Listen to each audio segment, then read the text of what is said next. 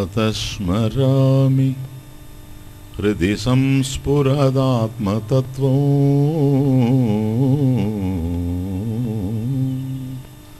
సచ్చిత్సుఖం పరమహంసగతిం తురీయం యత్స్వప్నజాగరసుషుప్తమవైతి నిత్యం తద్బ్రహ్మ నిష్కళమహో నచ భూతసంఘః ఈశ్వరో గురురాత్మేతి మూర్తిభేద విభాగినే వ్యోమవత్ వ్యాప్తదేహాయ దక్షిణామూర్తయే నమః. శృతిస్మృతిపురాణానాం ఆలయం కరుణాలయం నమామి భగవత్పాద శంకరం లోకశంకరం. ఓ ఆకాశంలో మేఘాలు ఉన్నట్లు,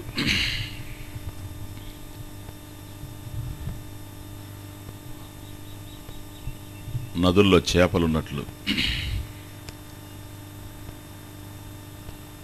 మనసుల్లో ఇష్టాయిష్టాలున్నాయి. మనం మనుషులుగా ఈ ప్రపంచం ఉన్నాం. మనుషుల్లో మనసులున్నాయి, మనసుల్లో ఇష్టాయిష్టాలున్నాయి, ప్రియాప్రియాలున్నాయి. కొన్ని మనకు ఇష్టంగా ఉంటాయి, కొన్ని మనకు అయిష్టంగా ఉంటాయి. కొన్ని మనకు ప్రియంగా ఉంటాయి, కొన్ని మనకు అప్రియంగా ఉంటాయి. ఏవైతే ఇష్టంగా ఉండాలో అవి ఎప్పుడు మన దగ్గర ఉండాలి అని అభిప్రాయపడతాం, వాటి కోసం ప్రయత్నించి సాధిస్తాం. ఒకవేళ వస్తే రావచ్చు, రాకపోతే రాకపోవచ్చు. వచ్చినా ఎక్కువ కాలం ఉండేందుకు అవకాశం లేదు, కొంతకాలం ఉంటాయి, ఆ తర్వాత లేకుండా పోతాయి. ఏవైతే అయిష్టంగా ఉన్నాయో అవి దూరం కావాలనుకుంటాం, కొన్ని పరిస్థితులు అవి దూరం కాకుండా కూడా ఉంటాయి. ఎవరికి ఏది ప్రియమో ఏది అప్రియమో నాకు తెలియదు. ఎవరికి ఏది ఇష్టమో ఏది అయిష్టమో నేను చెప్పలేను. ఎందుకంటే ప్రియాప్రియాలైతే అందరికీ ఉన్నాయి, కానీ ఒకరికి ప్రియమైన వస్తువు మరొకరికి అప్రియంగా ఉంటుంది, ఒకరికి ఇష్టమైంది మరొకరికి అయిష్టంగా ఉంటుంది ఈ ప్రపంచంలో. కనుక స్వామీజీ నాకు ఏది ప్రియము ఏది అప్రియము అంటే ఇదమిద్ధంగా నేను చెప్పలేను. కానీ ఒక్క విషయాన్ని మాత్రం ఖచ్చితంగా చెప్పగలను. ఏంటో తెలుసా? మీకు ఏది ప్రియమో ఏది అప్రియమో నాకు తెలియదు, కానీ మీకు ఎప్పుడు ప్రియమే. It is clear. మీరు ఎప్పుడు అప్రియం కాదు. మీరు కోరేది మీకు ఒకప్పుడు అప్రియంగా ఉండొచ్చు. ఒక దశలో మనకి ఇష్టమైనటువంటి వస్తువు మరొక దశలో ఇష్టం లేకపోవచ్చు. ఒక కాలంలో మనకు ప్రియంగా ఉండేది మరొక కాలంలో ప్రియంగా ఉండకపోవచ్చు. అవి మారుతూ ఉండినా మనకు మనం ఎప్పుడు ప్రియంగానే ఉంటాము, ఎప్పుడు అప్రియంగా ఉండం. కాబట్టి నీకు నువ్వు ఎప్పుడు అప్రియం కావు, నాకు కూడా నేను ఎప్పుడు అప్రియం కాను. కదాచిన్నాహం అప్రియ. It's a very beautiful statement. కదాచిత్ అహం అప్రియ నా. నేను ఎప్పుడు నాకు అప్రియం కాను. ఒక వ్యక్తి అప్రియం కావచ్చు, ప్రియం కావచ్చు, ఒక వస్తువు అలా కావచ్చు, కానీ నేను మాత్రం నాకు ఎప్పుడు అప్రియం కాను. నేను ఎప్పుడు నాకు ప్రియంగా ఉంటాను. మీకు మీరు ప్రియంగా ఉంటారు, నాకు నేను ప్రియంగా ఉంటాను. నేనంటే నాకు ఇష్టం గనక, నేనంటే నాకు ప్రియం గనక నా కోసం మీరు నాకు ఇష్టం, నా కోసం మీరు నాకు ప్రియం. కానీ చూడ్డానికి ఎట్లా ఉంది ఇప్పుడు మన జీవితంలో అంటే మనకేదో ఇతరులు ప్రియము అన్నట్టుగా కనపడతా ఉంది. ఇది వాస్తవం కాదు. ఎవరిని ప్రేమించినా, ఒక గురువు శిష్యుని ప్రేమించినా, శిష్యుడు గురువుని ప్రేమించినా, భార్య భర్తను ప్రేమించినా, భర్త భార్యను ప్రేమించినా, బిడ్డల్ని ప్రేమించినా, ఎవరిని ప్రేమించినా సరే, నవ ఆరి పత్యు కామాయ పతి ప్రియో భవతి, ఆత్మనస్తు కామాయ పతి ప్రియో భవతి. భర్త మీద ప్రేముండి కాదు భర్తను ప్రేమించేది, తన మీద తనకు ప్రేమ ఉంది కనుక. భార్య మీద ప్రేముండి కాదు భార్యను ప్రేమించేది, తన మీద తనకు ప్రేమ ఉంది కనుక. ఇది కొద్దిగా హార్డ్ ట్రూత్, చాలా ఈజీగా డైజెస్ట్ అవుతుంది. కాబట్టి ఈ ప్రపంచంలో దేనిని మనం ప్రేమించినా వాటి మీద మనకు ప్రేముండి కాదు, మన మీద మనకు ప్రేమ ఉంది కనుక వాటి మీద ప్రేమగా ఉంది. ఇప్పుడు ఇల్లు ఈ విధంగా కట్టుకోవాలని నేను అనుకుంటాను.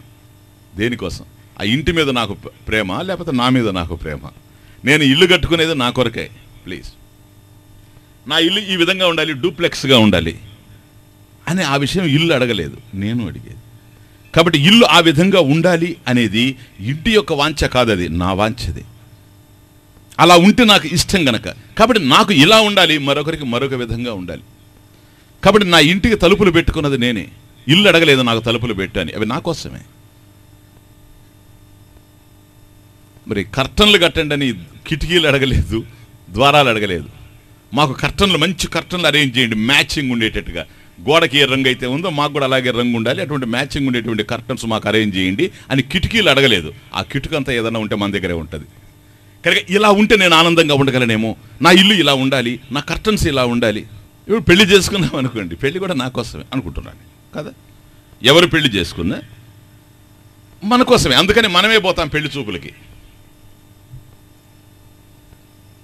కాబట్టి భార్య ప్రియంగా ఉండొచ్చు, అది వేరే విషయం. కానీ నా కోసమే గనక, పెళ్లి చేసుకునేది మన కోసమే కాబట్టి పెళ్లి చూపులకు మనమే పోతాం. ఒకవేళ పెళ్లి చూపులు కనుక ఆవిడ కోసం అయ్యేటట్లయితే మనం పోవాల్సిన అవసరం లేదు, ఆవిడ మనల్ని చూస్తే సరిపోతుంది. కానీ దానికి భిన్నంగా ఉంది, బాగా అర్థం చేసుకో. కనుక నాకు ఈ విధమైనటువంటి రంగులు వెయ్యి అని ఏ ఇల్లు అడగలేదు, నాకు ఇలా సఫారీ దొడుగు అని దేహం అడగలేదు, నాకు ముఖాన బొట్టు పెట్టు అని ముఖం అడగలేదు, తల మీద టోపీ పెట్టు అని తల అడగలేదు. ఇవన్నీ మనమే చేస్తున్నాం. ఎందుకో తెలుసా? అవి వాటికి అవసరమై కాదు, అవి నాకు అవసరమై గనక. ఆత్మనస్తు కామాయ సర్వం ప్రియం భవతి. అండర్స్టాండ్? కాబట్టి అన్నీ నాకు ఇష్టం, ఇవన్నీ నాకు ఉండాలి అని నేను అభిప్రాయపడుతున్నా. అందుకని ఏవేవైతే నాకు ఉండాలని నేను అభిప్రాయపడుతున్నా కనుక నాకు నేను ప్రియం, మీకు మీరు ప్రియం, ఎవరికి వాళ్ళే ప్రియం ఈ ప్రపంచంలో. కనుక నాకు నేను ప్రియం కనుక ఏవేవైతే నాకు సుఖాన్ని ఇస్తున్నాయో అవి నాకు ప్రియంగా ఉంటాయి. కాబట్టి ఇష్టపడి భార్య ఈరోజు అదే సుఖం లేదు, ఆవిడ వల్ల నాకు శాంతి లేదు అని తెలుసుకున్నప్పుడు విడాకులు ఇచ్చేవాళ్ళు కూడా వాళ్ళే. ఒకప్పుడు ప్రేమించిన వాళ్ళే ఒకప్పుడు వదిలేస్తూ ఉన్నారు. ఎందుకో తెలుసా? నాకు అనుగుణంగా ఉంటే ప్రేమిస్తాను, నాకు అనుగుణంగా లేకపోతే ప్రేమించలేను. కాబట్టి నా సుఖం కోసమే, నా ప్రియం కోసమే. క్లియర్? కాబట్టి ఈ ప్రపంచంలో ఏది ఏది ఇష్టమో, ఏది అయిష్టమో, ఏది ప్రియమో, ఏది అప్రియమో మనం చెప్పలేము. మనకు మనం ప్రియము అనేటువంటి మాత్రం క్లియర్గా చెప్పగలం. కానీ ఈరోజు మన అనుభవం ఎట్లా ఉందో తెలుసా? దీనికి భిన్నంగా కనపడతాం. మనకు మనం ప్రియం, కానీ ఇప్పుడు మనకు మనం అప్రియంగా తెలుస్తున్నాం. ఇది భరించలేనటువంటి కాన్ఫ్లిక్ట్, ఇది క్రైసిస్.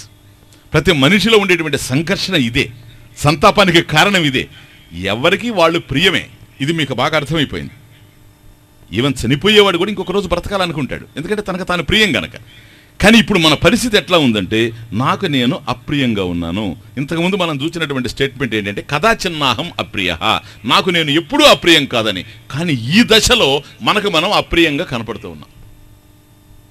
ఎందుకని స్వామీజీ? రాత్రి చూచాం, తృప్తః భవిష్యామి, తృప్తః భవిష్యామి. నేను తృప్తి పడాలి అని అనుకుంటూ ఉన్నాడు. ఎవడైతే నేను తృప్తి పడాలి అని అనుకుంటూ ఉన్నాడో వాడు అసంతృప్తిలో ఉన్నాడని కదా అర్థం. నేను భోంచేయాలి అనుకుంటున్నాడంటే ఆకలితో ఉన్నాడని అర్థం. నేను తృప్తిగా ఉండాలని అభిప్రాయపడుతున్నాడంటే అసంతృప్తిలో ఉన్నాడని అర్థం. కనుక అసంతృప్తిలో నేను ఉన్నాను గనక తృప్తి పడాలని ప్రయత్నం చేస్తున్నా. అసంతృప్తితో ఉండడం నీకు ఇష్టమా? అసంతృప్తితో ఉండడం నీకు ప్రియమా? కాదు. కానీ అందరం ఈరోజు అసంతృప్తితో ఉన్నామా లేదా? అశాంతితో ఉన్నామా లేదా? ఇలా ఉండడం మనకి ఇష్టం లేదు. కనుక నేనంటే నాకు ప్రియమే, కానీ ప్లీజ్, నేనంటే నాకు ప్రియం, కానీ నేను ఇలా ఉండడం నాకు ఇష్టం లేదు. అసంతృప్తితో ఉండడం, అశాంతితో ఉండడం, ఆవేదనతో ఉండడం నాకు ఇష్టం లేదు. అందువల్ల దాని నుంచి విడిపడాలి అని ప్రయత్నం చేస్తున్నాను కనుక తృప్తః భవిష్యామి, నేను తృప్తిగా ఉండాలి. ఏం చేస్తే ఈ ప్రపంచంలో తృప్తిగా ఉంటానో దానికోసం ప్రయత్నం చేస్తూ ఉన్నా. కాబట్టి ఇప్పుడు నేను తృప్తి లేనివాడిని. ఓకే, ఇలా ఉండడం నాకు ఇష్టం లేదు. అందరం తృప్తి లేని వాళ్ళం ఈ ప్రపంచంలో ఈరోజు. ఇలా తృప్తి లేని వాళ్ళగా ఈ ప్రపంచంలో బ్రతకడం మనకి ఇష్టం లేదు. కనుక తృప్తి పడాలి అని ప్రయత్నం చేస్తూ ఉంటాం. ఏదో వస్తే మనం తృప్తి పడగలమేమో అనుకుంటాం. ఏది వచ్చినా తృప్తి పడలేము అనే సత్యాన్ని రాత్రి క్లియర్గా తెలుసుకున్నాం. కోరేవాడు ఎవడైనా ఈ ప్రపంచంలో లేనివాడే. కోరుతూ ఉన్నంత వరకు లేనివాడుగా ఈ ప్రపంచంలో బ్రతకాల్సిందే. లేనివాడు అంటే నా ఉద్దేశం ధనం లేనివాడు అని కాదు. తృప్తి లేనివాడు, సుఖం లేనివాడు, ఆనందం లేనివాడు, శాంతి లేనివాడు, కోరేవాడు ఎవడైనా సరే. ఉదయాన్నే మార్నింగ్ వాక్, ఈ మార్నింగ్ వాక్ ఒకటి. ఇప్పుడు ఈ మార్నింగ్ వాక్ పోతూ ఉన్నాడు ఒక అతను కర్ర ఎత్తుకొని. చాలా ఆ ఏరియా అంతా కూడా చాలా కాస్ట్లీ ల్యాండ్. ఒక చోట ఒక అందమైనటువంటి బోర్డు ఒకటి చూచాడు. ఆ బోర్డు ఏంటంటే 1 ఎకరా ల్యాండ్ ఉంది, అక్కడ సదరంగా ఉంది, చక్కటి ల్యాండ్. ఇది ఇవ్వబడును అని మొదట ఉంది. నెక్స్ట్ లైన్ ఏంటో తెలుసా? ఎవరు తృప్తిగా ఉంటారో వాళ్ళకి ఇవ్వబడును. ఈ వాకింగ్ వస్తున్నటువంటి వ్యక్తి చూచాడు, ఇతను కోటీశ్వరుడు, కొన్ని 100 కోట్లు ఉంది. కానీ అదే ప్రాంతంలో గనక ల్యాండ్ దొరికితే ఏదో చేయాలనుకుంటున్నాడు, ఆయనకి ఏదో ఒక ప్రాజెక్ట్ ఉంది, కానీ దొరకడం లేదు. ఇప్పుడు చక్కగా ల్యాండ్ దొరికింది, 1 ఎకర్ ల్యాండ్ చాలా క్లియర్గా ఉంది, పైగా ఉచితంగా ఇస్తానంటున్నాడు. అదొకటి. మళ్ళీ దాని కండిషన్ ఒకటి, ఎవరు తృప్తిగా ఉంటే వాళ్ళు ఇస్తానని. ఇంకా నాకన్నా తృప్తిగా ఉండేవాళ్ళు ఎవరిది ల్యాండ్ అని అర్థం చేసుకుంటే ఆ పక్కనుండే బిల్డింగ్ అతనిదండి, ఆ ఓనర్దే ఈ ల్యాండ్ కూడా అని. ఈయన బయలుదేరి వాళ్ళ ఇంట్లోకి వెళ్ళాడు. ఇంట్లోకి వెళ్ళి తలుపు తట్టాడు, ఆయన తలుపు తీశాడు. ఉదయం 6:30 టైం. ఆశ్చర్యపోయాడు అతను. ఏమిటి సార్ మీరు వచ్చారేంటని? ఏం లేదండి, నేను వాకింగ్కి వచ్చాను. అంత పెద్దవాడు, పైగా కోటేశ్వరుడు. వాకింగ్కి వచ్చాను, మధ్యలో ఆ పక్కన బోర్డు చూచాను, ఆ ల్యాండ్ మీదేనా? నాదే ల్యాండ్. ఆ బోర్డు పెట్టింది మీరేనా? ఏం లేదండి, నేను నా విషయం మీకు తెలుసు కదా, ఇక్కడ ల్యాండ్ కొనడానికి కూడా నేను సిద్ధంగా ఉన్నాను, కానీ ల్యాండ్ దొరకలేదు. కానీ ఇప్పుడు మీరు ల్యాండ్ ఇస్తారు అని తెలిసింది అక్కడ, అది కూడా తృప్తిగా ఉండేవారికి. అందుకని నాకు ఇస్తారేమోనని, నాకు ఇస్తే ఒక పెద్ద సూపర్ స్పెషాలిటీ హాస్పిటల్ కట్టాలనుకుంటున్నాను, అందుకని. మంచిది సార్, కూర్చొని కాఫీ తీసుకుంటారు. అవే ఏం అవసరం లేదు, ఇది ఒక్కటి ఇస్తే చాలు, కాఫీ అవసరం. అదేం లేదనుకోండి సార్, అక్కడ ఒక చిన్న కండిషన్ ఒకటి పెట్టాను, అది మీరు చూసారా? ఏంటి ఆ కండిషన్? తృప్తిగా ఉన్న వాళ్ళకని. అదే అందుకని నేను అడుగుతున్నా, ఎందుకంటే నా ఆస్తి విషయం మీకు తెలుసు, కావాలంటే బ్యాలెన్స్ షీట్ పంపిస్తాను. కొన్ని 100 కోట్లు ఉంది, కాబట్టి ఇంతకన్నా తృప్తి గల వాళ్ళు ఎవరు అనే ఉద్దేశంతో నేను వచ్చి అడిగాను. కాబట్టి ఇంత ధనం కలిగిన వాడిని కనుక మీరు ఇస్తే, అది కూడా నేను ప్రజోపయోగ కార్యక్రమాల కింద ఒక సూపర్ స్పెషాలిటీ హాస్పిటల్ కట్టాలని అభిప్రాయపడుతూ ఉన్నా, అది నాకు ఇవ్వండి. ఇతను అంటాడు, లేదు సార్, మీరు బాగా అర్థం చేసుకోవడం లేదు నా కండిషన్ ఏంటో. తృప్తిగా ఉన్న వాళ్ళకి ఉచితంగా ఇస్తానంటున్నాను నేను, నాకేం డబ్బు అవసరం లేదు, ఉచితంగా ఇస్తాను, అయితే తృప్తిగా ఉండాలి. అదేనయ్యా, నా దగ్గర డబ్బు ఉంది. నీ దగ్గర డబ్బు ఉండొచ్చు, నీకు తృప్తి లేదు కదా, ఎందుకని? తృప్తి ఉంటే నా ల్యాండ్ ఎందుకు అడుగుతావు? కాబట్టి నీ తృప్తి దేని మీద ఆధారపడి ఉందంటే, నీకు ఏదైతే ఉందో అది ప్లస్ మై ల్యాండ్. ఓకే, కాబట్టి మైనస్ మై ల్యాండ్, ఏదైతే నా భూమి ఉందో ఇది కనుక తీసేస్తే నీకు తృప్తి లేనట్టుగా అర్థమవుతా ఉంది. ఎందుకని? నువ్వు అడుగుతూ ఉన్నావు కనుక. అడిగేవాడు ఎవడైనా తృప్తి లేనివాడు ఈ ప్రపంచంలో. కాబట్టి నేను మీకుగా సార్ ఇవ్వదలుచుకున్నదని. ఇంతకు అతను ఎవరికి ఇస్తాడు చెప్పండి? భగవంతుడిగా తెలియాలి.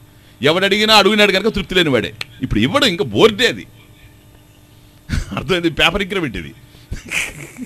ఇది బోర్డు అలా ఉంటుంది అంతే, ఇక దానివల్ల వచ్చేదే లేదు. అది ఆయనకి ఆనందం, ఆయనకి తృప్తి. ఈ విధంగా 10 మంది వచ్చి తిరిగిపోతూ ఉంటాయి కనుక, ఎవడైతే అడుగుతూ ఉన్నాడో, తనకి ఏది ఉండినా అడుగుతూ ఉన్నాడు గనక, ఆశిస్తూ ఉన్నాడు గనక, ఆశించేవాడు ఎవడైనా ఈ ప్రపంచంలో లేనివాడే, తృప్తి లేనివాడే. అలా తృప్తి లేనివాడుగా ఉండడం నాకు ఇష్టం లేదు. Please understand the point. నాకు ఇష్టం లేదు కనుక తృప్తి కలిగిన ఉండాలి ఈ ప్రపంచంలో. తృప్త భవిష్యామి అనుకుంటూ ఉన్నాం. ఏది వచ్చినా కూడాను తృప్తి పొందేటువంటి పరిస్థితులు కనపడడం లేదు. అసంతృప్తితో ఉండడం అర్థం కావడం లేదు. అసంతృప్తితో ఉండలేము, తృప్తిగా ఉండాలనుకుంటూ ఉన్నాం. తృప్త భవిష్యామి, ఎలా తృప్తిగా ఉండాలనో, ఆనందంగా ఉండాలనో, శాంతిగా ఉండాలనో అర్థం చేసుకోలేకపోతున్నాం. అది ఎక్కడుందో మనకు అర్థం కావడం లేదు. ఇది కొద్దిగా అతః విచార కర్తవ్య. కాబట్టి దీన్ని ఎంక్వైరీ చేయాల్సిన అవసరం ఉంది. ఇది దేనికో సంబంధించింది కాదు, ఇది కైలాసానికి వైకుంఠానికి సంబంధించిన సబ్జెక్ట్ కాదు. ఇది it is our personal life please. ఇది మన జీవితానికి సంబంధించినటువంటి విషయం ఇది. కనుక నేను అసంతృప్తితో ఈ ప్రపంచంలో జీవించలేను. మరి తృప్తిగా బ్రతికినటువంటి 4 రోజులు నేను తృప్తిగా బ్రతకాలి ఎట్లా అనేటువంటిది ఒక అన్వేషణ. కాబట్టి విచార కర్తవ్య అతః తస్మాత్, ఈ కారణం చేత విచారం చేయాల్సినటువంటి అవసరం క్లియర్గా కనపడుతూ ఉంది. ఓకే, ఇప్పుడు స్టార్ట్ చేస్తున్నాం విచారం. అయ్యా, ఏమిటా విచారం? నీకు తృప్తి కావాలనుకుంటున్నావు కదా,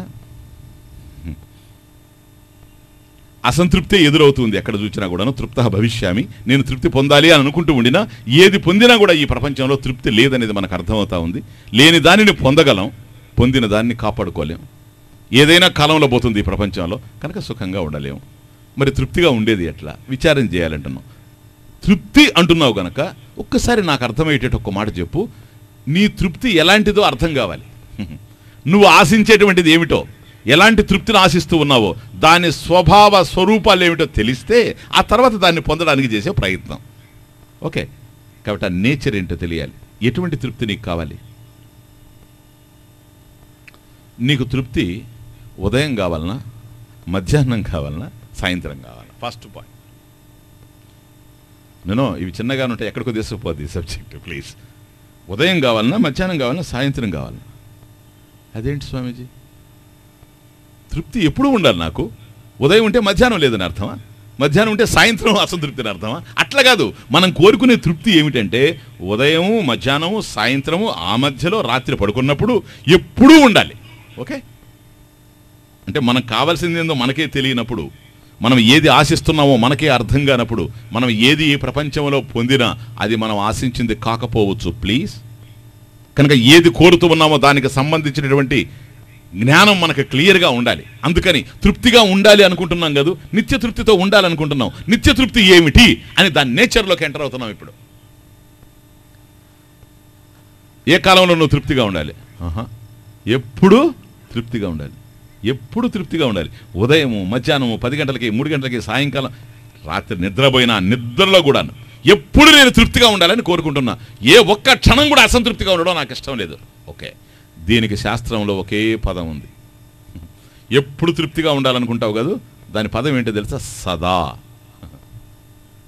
సదా, ఆల్వేస్, ఎల్లప్పుడు. సదా, ఇది కాలవాచకం, టైంకి సంబంధించింది, కాలానికి సంబంధించింది. సదా అనేది ఎప్పుడు, అన్ని కాలాల్లో. బాగా అర్థం చేసుకోండి. అయ్యా ఎప్పుడు నువ్వు సుఖంగా ఉంటావంటే ఉదయమా, మధ్యాహ్నమా, సాయంత్రమా, వసంత ఋతువా, గ్రీష్మ ఋతువా, హేమంత ఋతువా? ఎప్పుడు నీకు సుఖం కావాలి? లేక చైత్ర మాసమా, కార్తీక మాసమా, శ్రావణ మాసమా, ఏ మాసంలో కావాలి? కాదు సార్, అన్ని మాసాల్లో, అన్ని ఋతువుల్లో, అన్ని కాలాల్లో సుఖంగా ఉండాలి. దాని పేరు సదా, ఎల్లప్పుడూ సదా ఆనందంగా ఉండాలి, సదా తృప్తి. ఇది ఫస్ట్ పాయింట్. ఓకే, సరే, ఇంకొకటి చెప్పు. సదా ఆనందంగా ఉండాలి ఇంట్లోనా, బయట, ఆఫీస్లోనా, సినిమా హాల్లోనా, సూపర్ మార్కెట్లోనా, లేదు అసెంబ్లీలోనా, లేదు మరొక చోటనా? అదేంటి స్వామి, నాకు ఇంట్లో ఆనందంగా ఉండాలి అని ఎవడంటాడో తెలుసా? ఇంట్లో తృప్తి లేనివాడు. నేను బయట తృప్తిగా ఉండాలి, అది ఎవడంటాడో తెలుసా? ఇంట్లో తృప్తి ఉండి బయట తృప్తి లేనివాడు, ఆఫీస్లో. నో, నాకు ఇంట్లో తృప్తి ఉండాలి, బయట తృప్తి ఉండాలి. నేను ఎక్కడెక్కడికి వెళుతూ ఉంటే, సూపర్ మార్కెట్కి వెళితే అక్కడ తృప్తి ఉండాలి, సినిమా హాల్కి వెళితే అక్కడ తృప్తి ఉండాలి, ఎగ్జిబిషన్కి వెళితే అక్కడ తృప్తి ఉండాలి. ఎక్కడికి నేను వెళ్ళినా తృప్తి ఉండాలి. నా దేహం ఎట్లాగైతే నా కూడా వస్తూ ఉందో, నా తృప్తి కూడా నా కూడానే ఉండాలి ఎక్కడికి వెళ్ళినా. ఓకే, దీనికి ఒక పదం, సర్వత్రా. ఎప్పుడూ సుఖంగా ఉండాలి, సదా, అన్ని చోట్ల సుఖంగా ఉండాలి, సర్వత్రా. చూడండి, మనం ఏ తృప్తినైతే ఆశిస్తూ ఉన్నామో దాని నేచర్ డిస్కస్ చేస్తున్నాను మీరు. కాబట్టి తృప్తి అయితే కోరుకుంటున్నావు, అన్ని కాలాల్లో తృప్తిగా ఉండాలి, అన్ని ప్రదేశాల్లో తృప్తిగా ఉండాలి. ఓకే, మూడోది ఒకటి ఉంది. సరేనండి, మీకు రావాల్సిన డబ్బు వచ్చినప్పుడా, రానప్పుడా, లేక ఇక రాదని తేలినప్పుడా, ఉద్యోగం వచ్చినప్పుడా, రానప్పుడా, లేక పెండింగ్లో ఉన్నప్పుడా? ఎక్కడ కావాలి సుఖం, తృప్తి? పిల్లవాడు పాస్ అయినప్పుడా, ఫెయిల్ అయినప్పుడా, డిబార్ అయినప్పుడు? ఎక్కడ కావాలి?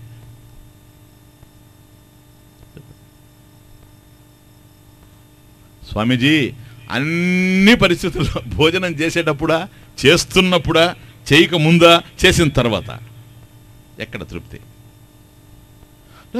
ఎప్పుడూ ఉండాలి, అన్ని చోట్ల ఉండాలి, అన్ని పరిస్థితుల్లో ఉండాలి. నిమిత్త అన్ని పరిస్థితుల్లో తృప్తిగా ఉండాలి.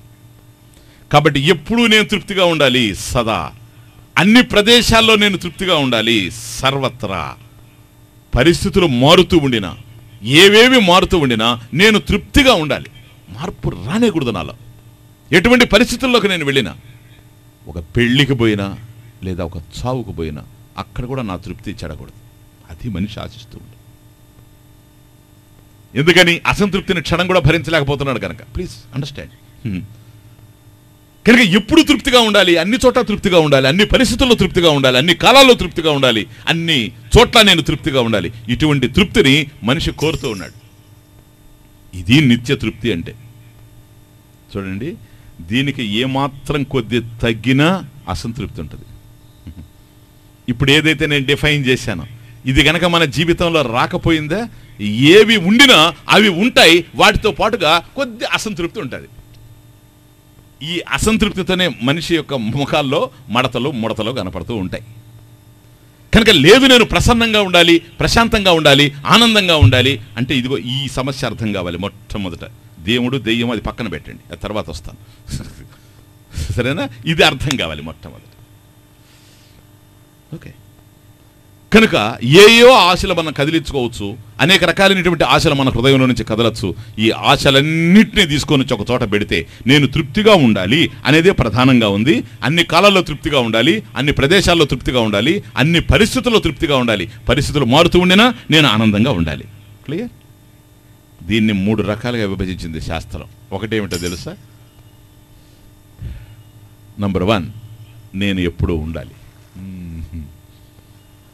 తృప్తికి ఇది, నేను ఎప్పుడూ ఉండాలి అంటే దాని అర్థం నేను ఎప్పుడు పోకూడదు, లేనివాడుగా ఉండకూడదు, ఉన్నవాడుగానే నేను ఉండాలి. నేను ఈ ప్రపంచంలో ఉన్నాను కానీ ఎప్పుడూ ఉండాలి. అవకాశం ఉందా? ఎందుకో తెలుసా? ఉన్న వాళ్ళందరూ పోవడం కోసమే ఉన్నారు అనేది మనకు తెలుసు. ఈ ప్రపంచంలో ఉన్నారు, ఉన్నవాళ్ళు పోవడం కోసమే ఉన్నారు. గతంలో ఉన్నవాళ్ళు పోయారు, ఇప్పుడు మనం ఉన్నాం, భవిష్యత్తులో లేకుండా పోతాం. ఇది మనకు తెలుసు. ఇది ఎవరికైనా ఇష్టమా ఈ ప్రపంచంలో? అందుకని చివరిలో రాత్రి మరణాంతంచ జీవితం అన్నాం. చివరికి వచ్చేటప్పటికి మరణ భయం, అదొక బాధ. అన్నీ ఉన్నాయి. నాకు 400 కోట్లు ఉంది, 400 కోట్లు తినగలిగేంత టైం లేదు, అనుభవించగలిగేంత టైం లేదు. నేను కొంతకాలమే ఈ ప్రపంచంలో ఉంటాను, ఎప్పుడు పోతానో నాకు తెలియదు. ఇదొక వెలితి, ఇదొక అసంతృప్తి ప్రతి మానవ హృదయంలో కదులుతూ ఉంది. ప్లీజ్, కాబట్టి నేను ఎప్పుడు ఉండాలి అని అనుకుంటుంటాను. ఇది సాధ్యమా చెప్పండి? మరి నేను పోతాను, చనిపోతానని తెలిసినప్పుడు అసంతృప్తి ఉంటుందా లేదా? ఏది ఉండినా ఏది లేకపోయినా. కాబట్టి ఎన్ని ఈ ప్రపంచంలో మనం పొందినా నేను పోతాను అనేది తనకు తెలుసు కనుక అది జ్ఞాపకం వచ్చినప్పుడు మనిషిలో అసంతృప్తి ఉంటుంది. అది కూడా లేకపోతేనే అన్ని పరిస్థితుల్లో నువ్వు తృప్తిగా ఉండగలవు. Understand the point? దాన్ని సాల్వ్ చేస్తుంది వేదాంతం. ఈ సమస్యను పరిష్కరిస్తుంది. 6 రోజులే టైం. ప్లీజ్. కనుక పరిస్థితులు మారినా కూడా నేను తృప్తిగా ఉండాలి. అందరూ పోతున్నారు, నేను పోకుండా ఉండాలి. మేడలు కూలిపోతూ ఉన్నాయి, దేహాలు రాలిపోతూ ఉన్నాయి, ప్రాణాలు లేచిపోతూ ఉన్నాయి, ప్రభుత్వాలు పడిపోతూ ఉన్నాయి. ఏవి ఎలా అయినా సరే నేను మాత్రం పోకూడదు ఈ ప్రపంచం నుంచి. నేను ఇక్కడే ఉండాలి, ఇంకా బ్రతకాలి. అందుకని మంచి ఆహారం తీసుకోవడం, అందుకే ఇంకొక రోజు ఉండాలని మంచి ఆహారం తీసుకోవాలి, బ్యాలెన్స్డ్ డైట్గా ఉండాలి. అంతేకాదు విటమిన్స్ తీసుకోవాలి. బి కాంప్లెక్స్ మింగాలి రోజు. బి కాంప్లెక్స్ తయారు చేసేవాళ్ళు కూడా పోతున్నారు సార్, అర్థమవుతుంది? కాబట్టి ఎక్సర్సైజులు చేయాలి, వాకింగ్ చేయాలి, లాఫింగ్ ఉండాలి. లాఫర్స్ అసోసియేషన్, వాకర్స్ అసోసియేషన్, ఓకే, అన్నీ పోయేవాళ్ళే సార్. నేను నవ్వుతూ ఉంటాను పోనని చెప్పమనండి, నేను నడుస్తూ ఉంటాను పోనని చెప్పమనండి. అసలు నడవాలనుకునే లేచే ముందే పడిపోయిన వాళ్ళు కూడా చాలామందిని చూసాం. నడుస్తూ పోయిన వాళ్ళని చాలామందిని చూస్తాం. నడవకుండానే పోయిన వాళ్ళని చాలామందిని చూసాం. ఇట్లా నడుస్తుంది ప్రపంచం అని తెలుసుకోవాలి అంతే. ఓకే, ఏదో ఒక అరణ్యానికి వెళ్ళి కట్టెమోపు కొట్టుకొని, పాపం పేదవాడు 80 సంవత్సరాల వయసు, ఆ కట్టెమోపు పెట్టుకొని తల మీద వస్తూ ఉన్నాడు. కమ్మ తీసుకొచ్చి అమ్ముకుంటామని అరణ్యానికి ఖమ్మానికి మధ్యలో ఉన్నాడు. పాపం 20 కిలోమీటర్లు వెళ్ళి అవన్నీ కొట్టి తీసుకుని వస్తున్నాడు. జీవితం అంతా ఇట్లాగే జరిగింది, ఎవరు లేరు. అసలు ఇది భారంగా ఉంది పాపం. వృద్ధుడు గనక ఓ చెట్టు దగ్గరికి వెళ్ళి దాన్ని దించి ఆ చెట్టుకు ఆంచి అలా కొద్దిసేపు రిలాక్స్ అయ్యాడు. అప్పుడు అనుకుంటాడు, ఏం జీవితమో, చిన్నప్పటి నుంచి ఇలాగే కష్టపడుతున్నా, ఎప్పుడూ సుఖం లేదు, ఎప్పుడూ శాంతి లేదు, ఇలాగ కట్టెలు తెచ్చుకోవడం, అమ్ముకోవడం, ఏదో వచ్చిందంత జీవించడం, ఇంతేనా జీవితం? ఎంతోమంది ఉన్నారు, హాయిగా ఉన్నారు, నేను ఉండలేకపోతున్నా. 80 అయింది, ఎంతకాలం ఈ విధంగా అరణ్యాలు తిరుగుతాను, కట్టెలు కొట్టుకొని వచ్చుకుంటాను, ఇంకో పని నాకు రాదు. కానీ ఎంతోమంది పోతున్నారు ఈ ప్రపంచంలో. ధనికులు చచ్చిపోతున్నారు, పేదలు చచ్చిపోతున్నారు, స్త్రీలు పోతున్నారు, పురుషులు పోతున్నారు, బాలురు పోతున్నారు, వృద్ధులు పోతున్నారు. ఆరోగ్యంతో ఉండేవాళ్ళు కూడా పోతున్నారు. కానీ నేను ఉండి ఏమి సాధించాలి ఈ ప్రపంచంలో? చాలామంది ఆలోచిస్తుంటారు ఇట్లాగే పెద్దవాళ్ళు. కాబట్టి ఇంతమందికి చావొస్తూ ఉంది కానీ నాకు రాలేదే. ఓ యముడా, నీకు కూడా వినపడలేదా నా మొర అన్నాడు. యముడికి ఫోన్ మోగింది, ఆయన సెల్ ఒక్కసారి. ఎందుకనంటే యముడికి ఫోన్ పోదు, ఎవరికైనా పోద్ది కానీ యముడికి పోదు. అసలు ఆయన ఫోన్ చేసేవాళ్ళే ఉండరు, ఊరికే మినిమం కడతాడు బిల్ అంతే, ఫోన్ బిల్. అతనికి ఎవడు ఫోన్ చేస్తాడు చెప్పండి? అతను చూస్తేనే భయం ఎవరికని. అసలు చూడకూడదు అనుకునేది యముడిని ఒక్కడే మనం. అదే ఈ ప్రాబ్లం. ఎప్పుడైతే మోగిందో యముడు ఆశ్చర్యపడి, అరే ఇంత కాలానికి నా ఫోన్ మోగింది, ఇమ్మీడియట్గా నేను అటెండ్ కావాల్సిందే అని అక్కడి నుంచి బయలుదేరి ఇక్కడికి వచ్చాడు. ఇతను కూర్చొని ఉన్నాడు, యముడు కనపడ్డాడు. చూడగానే అర్థమైపోయింది ఆయన జీపు, ఆయన వ్యవహారం. ఒరే ఒరే ఒరే, ఈ వాహనం మీద ఎవరో రాదు, దున్నపోత వాహనం మీద వచ్చాడంటే ఇతనే అయ్యి ఉంటాడు, మనోడే కనపడతా ఉన్నాడు, కాటు కొండలాగా ఉన్నాడు మనిషి. ఓహోహోహో, వీడు అర్థం చేసుకున్నాడు, అనవసరంగా పిలిచాను, పిలిస్తే వస్తాడని మనం పిలవలేదు, వచ్చేసాడు. అప్పుడు అన్నాడు, ఎవరండి మీరు అన్నాడు. తెలుసు అతనికి, ఎవరండి మీరు అని అడుగుతాడు. నాయన నన్ను యముడు అంటారు. ఆహా అట్లాగండి, ఎక్కడ ఉంటుంటారు మీరు? ఖమ్మంలోన? ఆహా మాది వేరే. మరి ఎందుకు వచ్చారు ఇక్కడికి? పిలిచావు కదా అట. ఎప్పుడు? నేనా? నువ్వే కదా పిలిచింది. ఓ యముడా, నా మాట వినవేమిటి, నన్ను చూడవేమిటి, రా అని పిలిచావు కదా, అందుకు వచ్చాను. రానాయన జీప్ ఎక్కుపోదామని. ఇప్పుడు అంటాడు, కాదని లేడు, ఎందుకంటే పిలిచాడు గనక, ఫోన్ చేసింది ఇతనే కనుక కాదని లేడు, అక్కడ నంబర్ రికార్డ్ అయ్యి ఉంది. అందుకని చెప్తున్నాడు, సార్ పిలిచింది వాస్తవమే కానీ మీకోసం మీతో కలిసి రావాలని కాదు సార్. కదా మరి ఎందుకు పిలిచావు నువ్వని? ఏం లేదు సార్, ముసలవాణ్ణి కదా, కట్టెమోపు తెచ్చుకుంటున్నా, ఖమ్మం తీసుకుపోతున్నా, మార్గ మధ్యలో ఇక్కడ దించుకున్నా, మళ్ళీ ఎత్తుకోలేకపోతున్నా, ఎత్తేవాళ్ళు ఎవరు లేరు, మీరు ఎత్తుతారేమో అని, అందుకని మిమ్మల్ని పిలిచాను. ఎందుకని పిలుస్తానే చూడండి ఎంత దూరం ఉండి వచ్చారు, మీరు అంత ప్రేమ కలిగిన వాళ్ళ కనుక. ఆయన అన్నాడు, లేదులే నువ్వు రావాల్సిన టైం ఉంది కనుక పిలిచావు, కమని ఎక్కువ. కనుక యముణ్ణి పిలవచ్చేమో కానీ 90 సంవత్సరాలు వచ్చినా 100 సంవత్సరాలు వచ్చినా నేను పోతే బాగుండు అనుకునేవాళ్ళే కానీ పంపిస్తామంటే పోయేవాళ్ళు ఎవరు లేరు ఈ ప్రపంచంలో. ఎందుకో తెలుసా? ఇంకొక రోజు ఉంటే బాగుండు. ఎప్పుడు ఉండాలి, ఎప్పుడు ఉండాలి, ఎప్పుడు ఉండాలి. ఇది అస్థి. అస్థి పదం సత్, కాలత్రయేపి తిష్టతి యత్ సత్. 3 కాలాల్లో ఏదైతే ఉంటుందో అది సత్యం. మనం ఒక కాలంలో ఈ ప్రపంచంలో ఉంటామేమో కానీ ఎప్పుడూ ఉండేందుకు అవకాశం లేదు. గతంలో లేని వాళ్ళం, భవిష్యత్తులో ఉండలేని వాళ్ళం, ఇప్పుడు ఉన్నవాళ్ళం.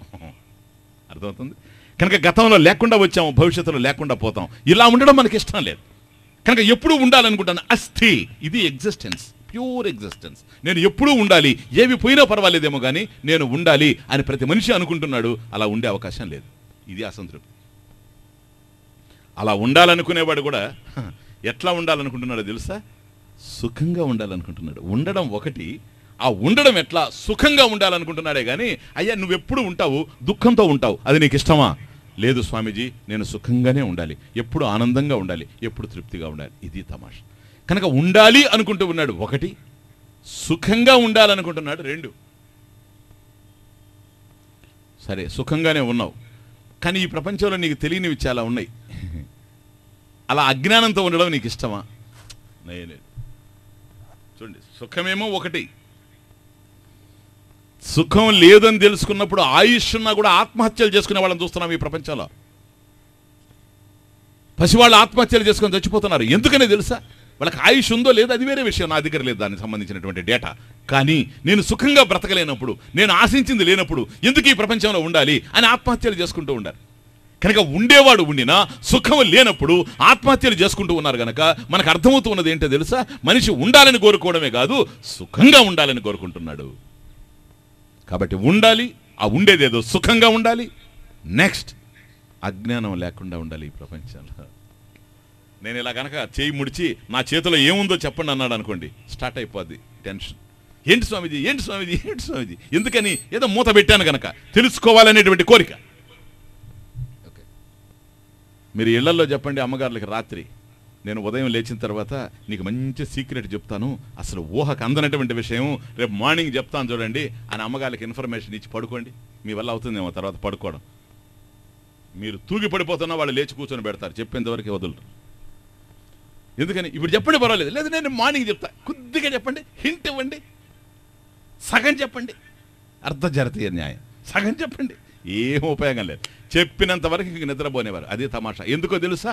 ఎప్పుడైతే తెలియంది ఉందో, అది తెలుసుకోవాలని ఉందో, ఇంక మనిషికి నిద్ర పట్టదు. ఇది తమాషా. ఈ ప్రపంచంలో తెలియనివి చాలా ఉన్నాయి. ఒక్కొక్క దాన్ని తెలుసుకుంటూ ఉన్నాం ప్రపంచంలో. ఒక్కొక్కటి తెలుసుకుంటూ ఉంటే తెలియనివి చాలా బయటపడుతూ ఉన్నాయి కదా. అజ్ఞానంతోనే పుట్టాము ఈ ప్రపంచంలో. జ్ఞానంతో ఎవరు పుట్టలేదు. అజ్ఞానంతో పుట్టాము, కానీ అజ్ఞానాన్ని పోగొట్టుకునే ప్రయత్నం చేస్తూ ఉన్నాం. అజ్ఞానాని కోసంగా ఏ విద్యాలయాలు అవసరం లేదు, ఏ రెసిడెన్షియల్ స్కూల్స్ అవసరం లేదు. అజ్ఞానాన్ని బోధిస్తాం రండి అనేటువంటి స్కూల్స్, కాలేజెస్ ఇప్పటి వరకు నేను చూడలేదు. బహుశా అక్కడ అందేది అదే కావచ్చు, అది వేరే విషయం. కానీ అటువంటివి మాత్రం లేవు. అజ్ఞానంతో మనం పుట్టాం, దానికోసం వర్కౌట్ చేయాల్సిన అవసరం లేదు. ఇక్కడ దేనికి సంబంధించిన అజ్ఞానం? ప్రపంచంలో ఏదీ తెలియదు. చిన్నప్పుడు ఒక్కొక్కటి తెలుస్తూ ఉంటే దానికి సంబంధించినటువంటి జ్ఞానం మనకు కలుగుతూ ఉంది. అంటే దాని అర్థం ఏంటో తెలుసా? దానికి సంబంధించిన అజ్ఞానం పోతూ ఉంది అని అర్థం. ఏదీ తెలియదు. ఇది పూలమాల అని కూడా తెలియదు చిన్నప్పుడు. ఇది గ్లాస్ అని తెలియదు చిన్నప్పుడు. అమ్మ చెప్తూ ఉంటుంది అక్కతో, అమ్మాయి, పెద్దమ్మాయి ఆ గ్లాస్ తీసుకొనిరా అన్నదనుకోండి. ఆ అమ్మాయి గ్లాస్ తీసుకొని వస్తూ ఉంటే పిల్లవాడు చూస్తాడు, ఓహో దీనిని గ్లాస్ అంటారు అంతే. అంతకుముందు ఆ వస్తువు ఉంది, అదేదో తెలియదు. ఆ వస్తువుకు సంబంధించిన అజ్ఞానం ఉంది అతని దగ్గర.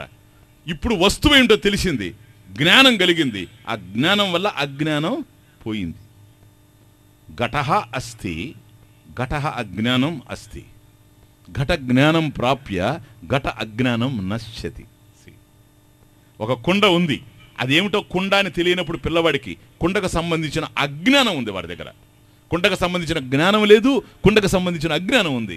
ఘట జ్ఞానం ప్రాప్య, అబ్బాయి ఇది కుండ అని మనం చెప్పామనుకోండి, ఇది కుండ అనేటువంటి జ్ఞానం కలిగింది కనుక ఘట అజ్ఞానం నశ్యతి. ఆ కుండకు సంబంధించిన అజ్ఞానం పోయింది, ఇది కుండ అనేటువంటి జ్ఞానం కలిగింది. మన విషయం కూడా అంతే. ఇప్పుడు మనం ఉన్నాం, అహం అస్మి, నేనున్నాను. నేను ఎలా ఉన్నానో నాకు తెలుసు, ఉన్నానని తెలుసు. కానీ ఏ విధంగా ఉన్నావయ్యా? నీ స్వభావం ఏంటి? నీ స్వరూపం ఏమిటి? ఇంతకు నువ్వు తృప్తే, అసంతృప్తే, నువ్వు సుఖమా దుఃఖమా ఏమిటని ప్రశ్నలు వేశామనుకోండి, అది మాత్రం అర్థం కావడం లేదు. కాబట్టి నేను ఉన్నాను, అహమస్మి. ప్లీజ్, సాధన పంచకాని కనెక్షన్. అహమస్మి, నేనున్నాను, ఐ నో, నాకు తెలుసు. త్వం అసి, నీవు ఉన్నావు అనేది అర్థమవుతుంది. తద్ అస్థి, అది ఉంది అని అర్థమవుతుంది. అహమస్మి, త్వం అసి, తదస్తి. వీటన్నిట్లో ఒక్క విషయం తెలుస్తుంది, ఉన్నది ఉన్నది ఉన్నది. నేను ఉన్నాను, నువ్వు ఉన్నావు, అది ఉంది, ఇది ఉంది అనేది అర్థమవుతుంది. ఆ ఉన్నది ఏది? ఇది అర్థం కావాలి. నేనున్నట్లుగా నాకు తెలుసు, కానీ ఎలా ఉన్నానో తెలియదు. అహమస్మి, నేనున్నాను అనేది నాకు అర్థమవుతుంది, కానీ ఏ విధంగా ఉన్నాను, నా స్వరూప స్వభావాలు ఏమిటి? ఒకప్పుడు సుఖంతో ఉన్నాను, ఒకప్పుడు దుఃఖంగా ఉన్నాను. ఒకప్పుడు తృప్తితో ఉన్నాను, ఒకప్పుడు అసంతృప్తితో ఉన్నాను. ఇంతకీ తృప్తినేనా, అసంతృప్తినేనా? దుఃఖమునేనా, సుఖమునేనా? దుఃఖము నేను కానీ కాదు. ఎందుకని?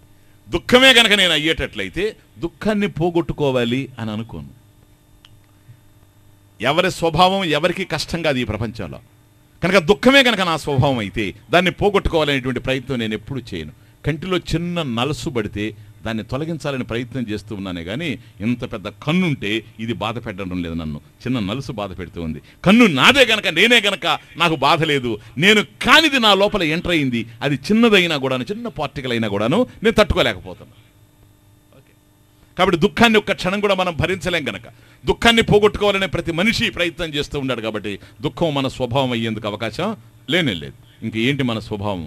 సుఖం, తృప్తి. అందుకనే తృప్తః భవిష్యామి, తృప్తః భవిష్యామి. నేను తృప్తిగా ఉండాలి, నేను ఆనందంగా ఉండాలి, ఎప్పుడూ ఆనందంగా ఉండాలి, నాకు అన్నీ తెలియాలి.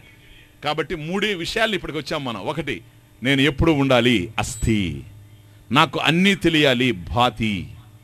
నేను సుఖంగా ఉండాలి, ప్రియం. అస్థి, భాతి, ప్రియం. ఇవే సత్, చిత్, ఆనందం. ఎప్పుడు ఉండడం సత్, అన్ని తెలియడం చిత్, సుఖంగా ఉండడం ఆనందం. సత్, చిత్, ఆనందం. ఇదే మనం కోరుకునేటువంటి తృప్తి. జస్ట్ ప్లీజ్, నిన్న బయలుదేరాం తృప్తిగా ఉండాలి అని. ఇప్పుడు వచ్చేటప్పటికి అసలు తృప్తి ఏమిటి, దాని స్వరూపం ఏమిటి, స్వభావం ఏమిటని, ఇటువంటి తృప్తి కావాలి అని మనం ఆశిస్తూ ఉన్నాం. మాకు అర్థమైంది? దీనికన్నా ఏది తగ్గినా సుఖపడలేము ఈ ప్రపంచంలో. బాగా అనలైజ్ చేసుకోండి. కోట్లాది రూపాయలు, లక్షల కోట్లు తీసుకొచ్చి ఇచ్చినా కూడాను సుఖపడలేవు. ఎందుకో తెలుసా? అవన్నీ ఉన్నాయి కానీ వీటికి ఆన్సర్స్ లేవు. నేను ఎప్పుడూ ఉండాలి, నాకు అన్నీ తెలియాలి, నేను ఆనందంగా ఉండాలి, అన్ని చోట్ల ఆనందంగా ఉండాలి, అన్ని ప్రదేశాల్లో ఆనందంగా ఉండాలి, అన్ని పరిస్థితుల్లో సుఖంగా ఉండాలి అనేటువంటి ఆ కాంక్ష ఏదైతే మన హృదయంలో నుంచి కదులుతూ ఉందో ఈ సమస్యకు పరిష్కారం లేదు. లేని దాన్ని పొందాలి, ఉన్నదానిని అర్థం చేసుకోవాలి. లేని దాన్ని పొందాలి, ఉన్నదాన్ని అర్థం చేసుకోవాలి. Very very important.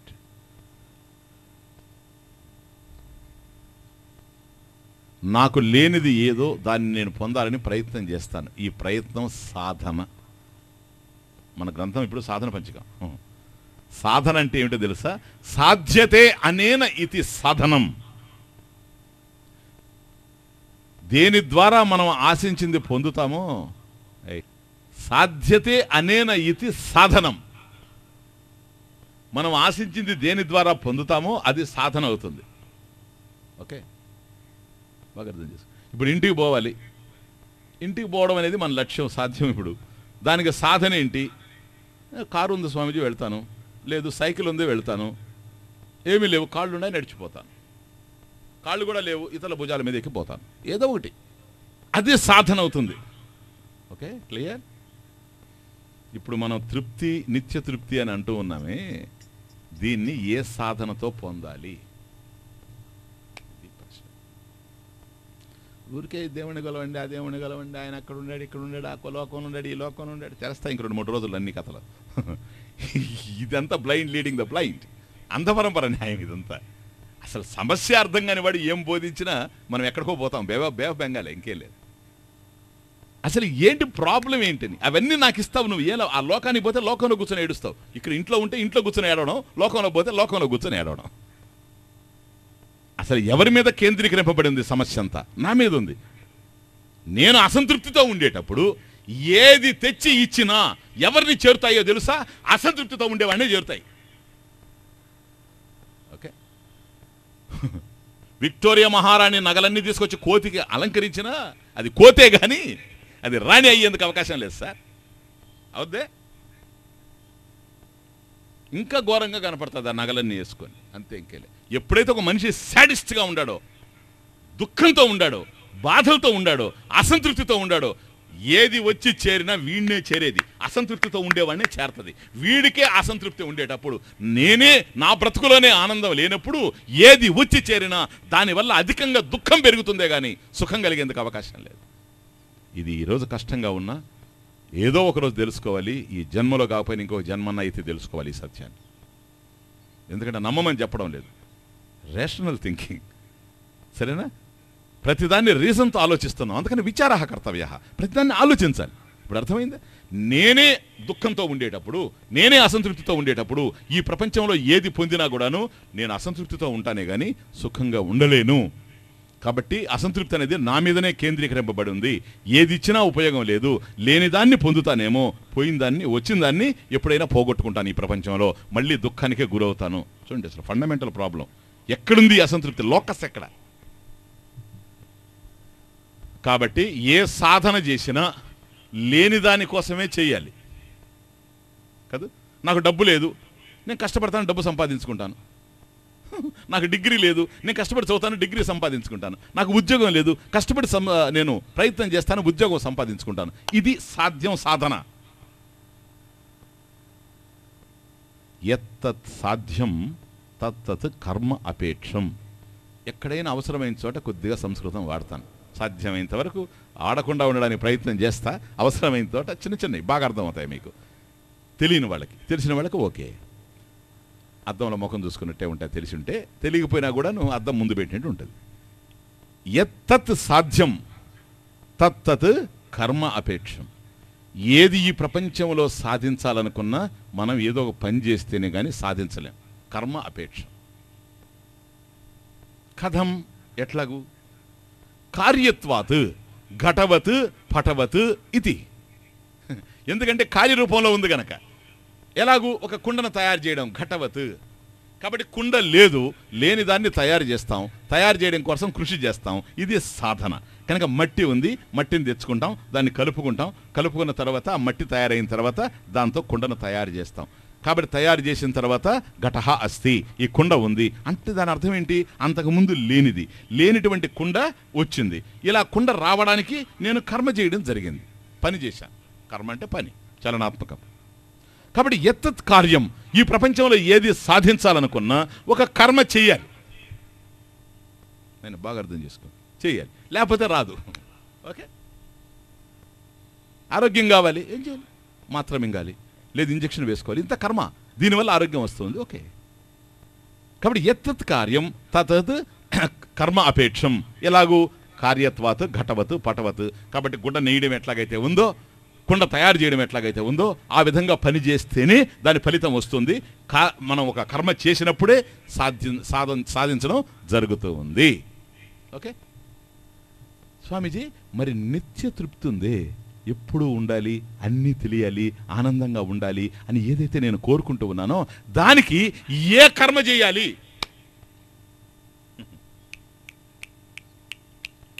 ఏ కర్మ చేస్తే దాన్ని పొందుతాను? మట్టి తెచ్చుకుంటే కుండ చేస్తే కుండ తయారైంది. ఇప్పుడు దీనికోసం ఏం చేయాలి? నేను ఏం చేసి ఉపయోగం లేదు. ఎందుకో తెలుసా?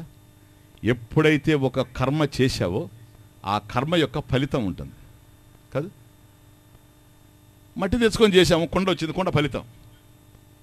కుండ ఎంతవరకు ఉంటుంది? ఏదో ఒకరోజు పగులుతుందా లేదా? పగిలేదే కుండ, వాడేదే దండ. అర్థమవుతుంది? పగలకుండా ఉండేందుకు అవకాశం లేదు. అది లేని రోజు లేదు అనేది నీలో ఉంటుంది. ఇది అసంతృప్తి. కాబట్టి ఏది చేసినా కర్మ చేస్తే కర్మ ఫలం వస్తుంది. కర్మ ఫలం ఏదైనా అనిత్యం, ఇంక్లూడింగ్ స్వర్గం. ఇది కనుక అర్థమైందంటే ఈ లోకం, ఆ లోకం, కైలాసం, వైకుంఠం అనరు. అర్థం కాకపోవడం వల్ల అంటున్నారు. ఒక స్పేస్కి, ఒక ప్రదేశానికి పరిమితం చేస్తూ ఉన్నారు భగవంతుడిని. ఇప్పుడు మనం ఇంతకుముందు వచ్చిన తృప్తి ఏమిటో తెలుసా? అన్ని చోట్ల ఆనందంగా ఉండాలి అని. అన్ని చోట్ల ఆనందంగా ఉండాలంటే ఆ లోకంలో ఆనందంగా ఉంటే ఈ లోకంలో ఆనందం లేదని అర్థం. అర్థమవుతుందా ఇప్పుడు? కాబట్టి కైలాసం కావాలనుకునేవాడు కైలాసంలోనే ఉంది, వాళ్ళకి వైకుంఠంలో దొరకదు. వైకుంఠం కావాలనుకునేవాడు వైకుంఠంలోనే ఉంది, అది కైలాసం దొరకదు. వాళ్ళిద్దరూ మనకు అవసరం లేదు. మనకు కావాల్సిన నిత్య తృప్తి వాళ్ళకి అసలు అర్థమే కావడం లేదు. వాళ్ళకి ఏం కావాలి? అక్కడికి పోయినా కూడా నేను అసంతృప్తితో ఉండేటట్లయితే ఆ కైలాసం అవసరం లేదు. ఆ కైలాసం కన్నా కొంపేనయ్యాం. కొంపే కైలాసం అనేది ఎట్లా వచ్చింది అర్థమవుతుంది. ఆ వైకుంఠాలు అవసరం లేదు. ఎందుకని? సుఖం లేనప్పుడు అది ఎందుకు నాకు? అక్కడికి పోయి సుఖపడేటట్లయితే ఇక్కడ లేదు కనుకనే అక్కడికి నేను పోవాలి. కానీ మన ప్రాబ్లం ఏంటో తెలుసా? అన్ని చోట్ల, సర్వత్రా. Please understand. ప్రతిదీ నేను కాన్షియస్గా వాడుతున్నాను, ప్రతి పదాన్ని కొద్ది జాగ్రత్తగా అర్థం చేసుకుంటారండి. శాస్త్రం అర్థమవుతుంది? ప్రమాణం ఇది.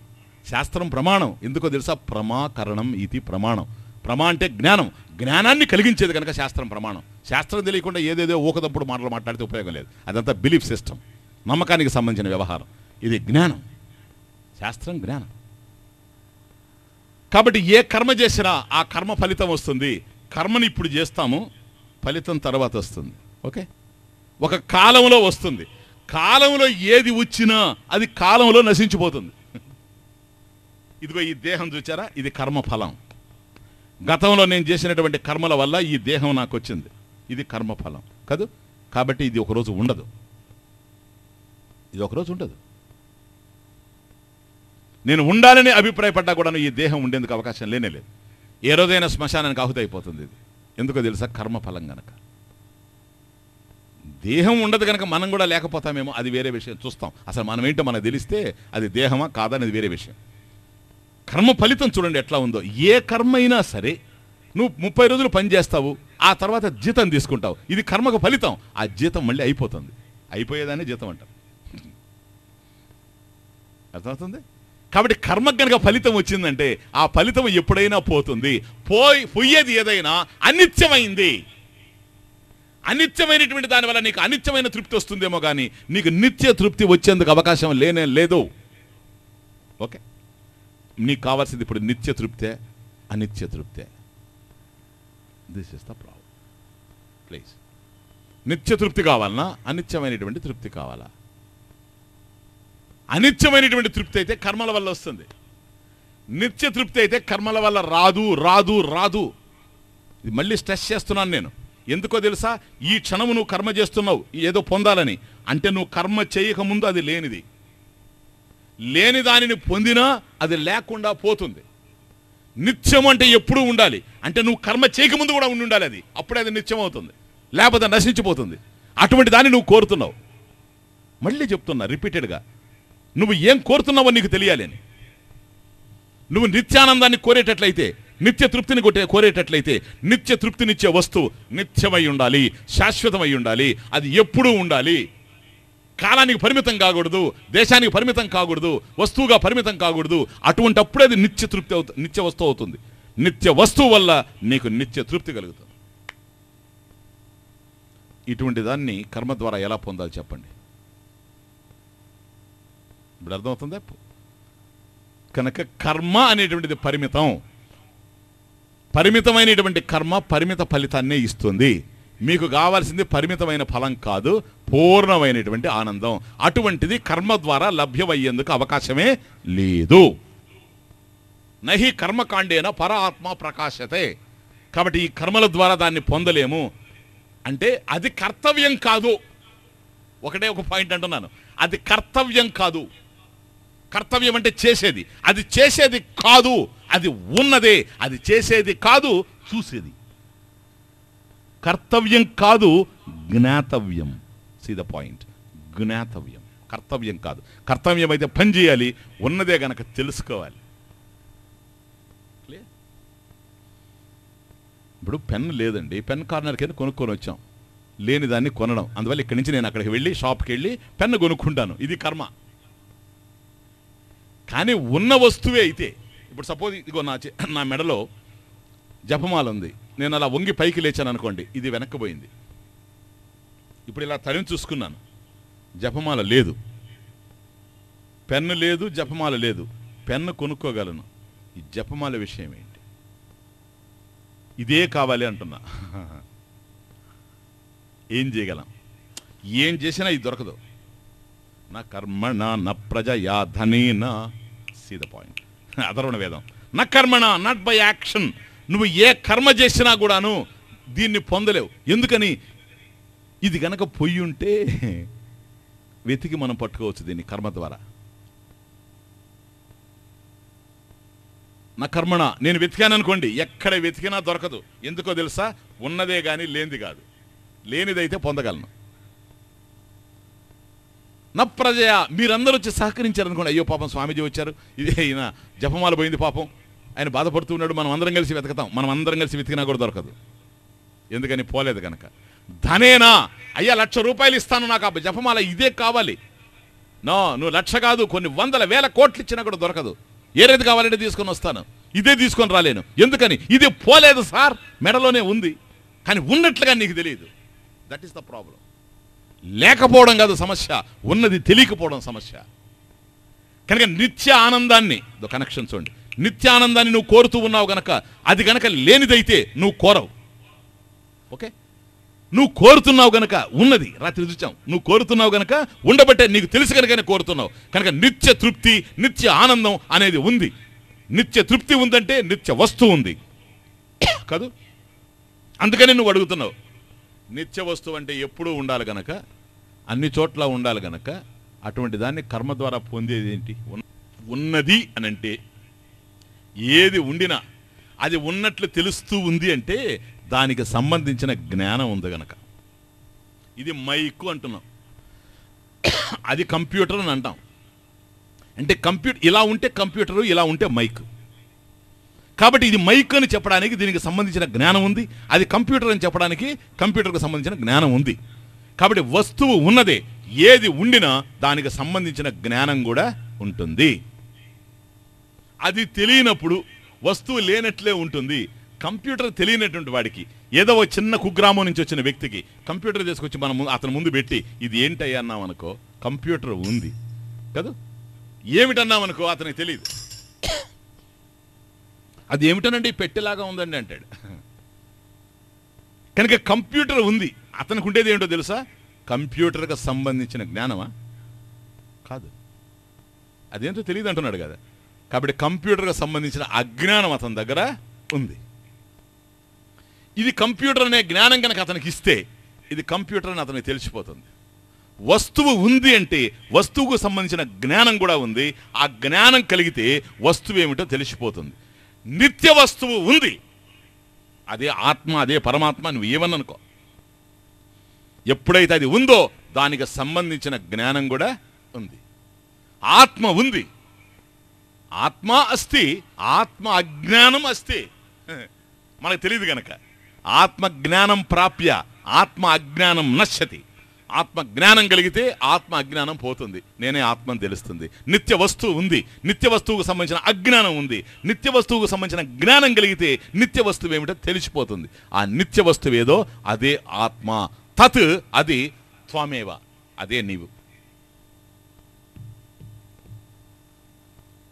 ఇది సిద్ధాంతం. దీన్ని రుజువు చేయాల్సిన బాధ్యత ఉంది.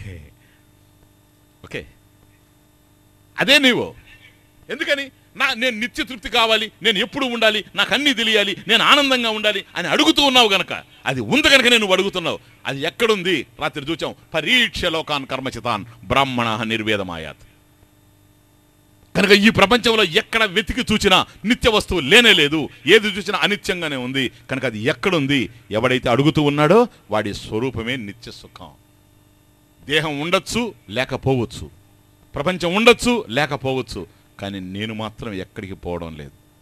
నేను కూడా చచ్చిపోతాను స్వామీజీ. అదిగో నేను చచ్చిపోతానంటే దేహం అంటున్నావని అర్థం, నువ్వెవరో నీకు తెలియడం లేదని అర్థం.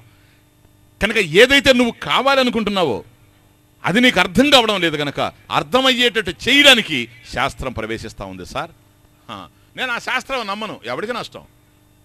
నేను ఇడ్లీ తిన్ను, ఎవడికి కష్టం. నీకు ఆకలి తీరాలంటే నువ్వు ఇడ్లీ తినాలి, తప్పదు. నా ముఖం చూసుకోవాలంటే ఎక్కడ చూసుకుంటావు? ముఖం అద్దం దగ్గరికే పోవాలి. దర్పణే ముఖ దర్శనవత్, శాస్త్రే ఆత్మదర్శనం. అర్థమవుతుంది? కాబట్టి నా ముఖాన్ని చూసుకోవాలంటే ఎక్కడికో పోతే లాభం లేదు, నేను దగ్గరికి వెళ్ళాలి. ఎక్కడికి? అభిముఖంగా వెళ్ళాలి. ఎవరికి? అద్దానికి. అద్దంలో కనపడేది నా ముఖమే. కాబట్టి నా ముఖం నేను చూడడానికి అద్దం దగ్గరికి ఎట్లా వెళుతున్నానో, నేనెవరో నాకు అర్థం కావాలి అంటే శాస్త్రం దగ్గరికి రావాలి. ఇంకంతకన్నా ఇంకొక మార్గం లేదు. అందువల్ల శాస్త్రం ప్రమాణమైంది. శాస్త్రం లేకుండా అది ఇది ఊకదంపుడు ఉపన్యాసాలు చెప్తూ పోయినారు. నాయన నమ్ముకొని ఆయన ఉండాడు, ఈయన ఉండాడు, ఈయన ఉద్ధరిస్తాడు, ఆయన ఉద్ధరిస్తాడు. ఆయన ఉద్ధరించేది లేదు, ఈయన ఉద్ధరించేది. ఎందుకని? చెప్పినోడే ఉద్ధరింపబడలేదు. That is the pity. ఇటువంటి బిలీఫ్ సిస్టమ్ అనేది హిందూ ధర్మంలో లేదని మీకు అలా నేను మనవి చేస్తున్నాను.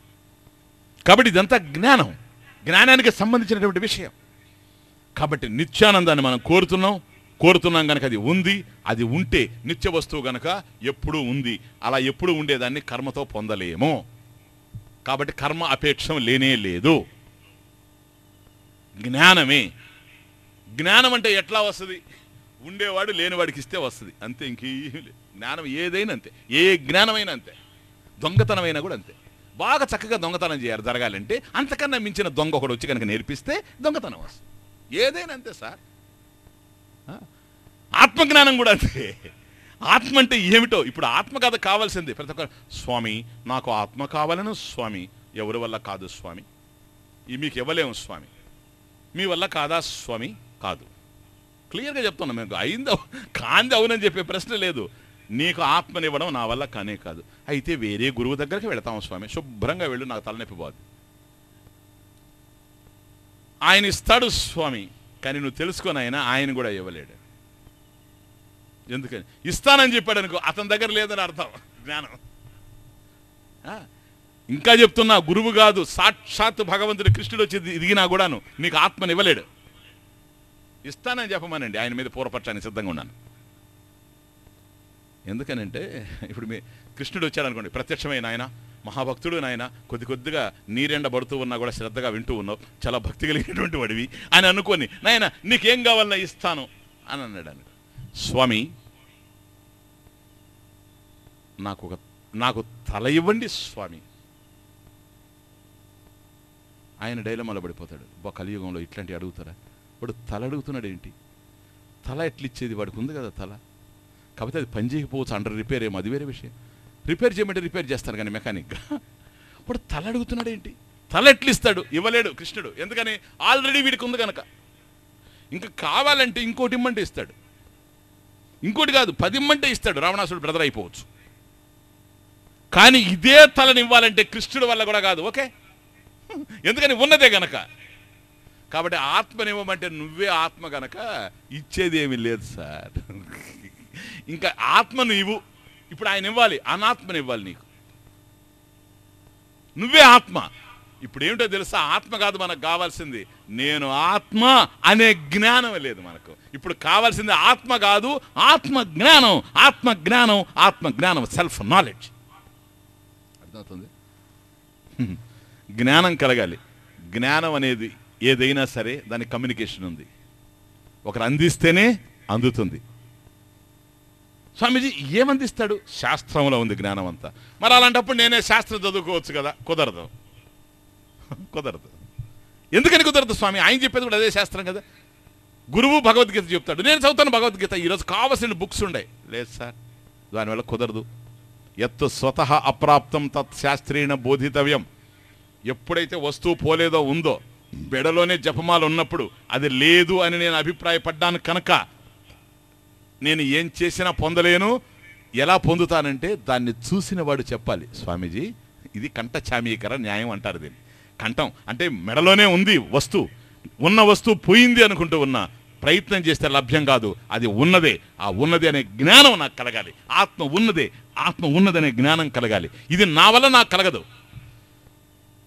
ఎందుకని? లేదు అనుకున్నవాడిని నేనే గనక. యత్తు స్వతహ అప్రాప్తం తత్ శాస్త్రేణ బోధితవ్యం. నాకు నేనుగా ఏదైతే పొందలేనో దాన్ని శాస్త్రం ద్వారా పొందాలి. ఆచార్యుల వారు భాష్యం, ఉపనిషత్ భాష్యం. ఈ శాస్త్రాన్ని తెలిసినవాడు అందించాలి. నేనే చదువుతాను, కుదరదు. నాకు బాగా వ్యాకరణం వచ్చు స్వామిజీ, సంస్కృతం అంతా వచ్చు. కుదరదు సార్. సంస్కృతిని అర్థం చేసుకో. సంస్కృతం వచ్చి ఉంటే అది వేరే విషయం. శాస్త్రజ్ఞోపి స్వాతంత్రేణ బ్రహ్మజ్ఞానాన్వేషణం న కుర్యాత్. గీతాభాష్యంలో ఆచార్యుల వారు చెప్తారు, శాస్త్రజ్ఞ అపి, నువ్వు గొప్ప పండితులైనప్పటికి కూడాను, స్వాతంత్రేణ నీకు నీవుగా బ్రహ్మజ్ఞానాన్వేషణం, ఈ ఆత్మజ్ఞానాన్ని పొందే ప్రయత్నం నా కుర్యాత్, చేయకూడదు. ఎందువల్ల? శాస్త్రాన్ని ఎట్లా బోధించాలనో ఒక పద్ధతి ఉంది. That is tradition. That is tradition. ఇది సంప్రదాయం అంటాం మనం. కాబట్టి సాంప్రదాయక బోధ ఎలా అందిస్తే అందుతుందో అది. ఏదైనా అంతే. కంప్యూటర్ నేర్చుకోవాలంటే కూడాను, అయ్యా ఇదిగో ఇది అవుట్పుట్ అంటారు, దీన్ని ఇన్పుట్ అంటారు, ఇది ప్రాసెసింగ్ అంటారు, ఇది ఎలా అలా అని చెప్పినప్పుడు మనం అర్థం చేసుకోగలం. అంతేగాని కంప్యూటర్ డబ్బు ఉందని కంప్యూటర్ తెచ్చి పెట్టుకొని ఊరికే నొక్కితే వచ్చేదేం లేదు. అది ఎలా అర్థం చేసుకోవాలో దానికి ఒక ప్రాసెస్ ఉంది. అలా అర్థం చేసుకోవడంలోనే అది అర్థమవుతుంది. కాబట్టి బోధ ఎంత ప్రధానమో, ప్లీజ్, బోధ ఎంత ప్రధానమో బోధనా విధి అంత ప్రధానం.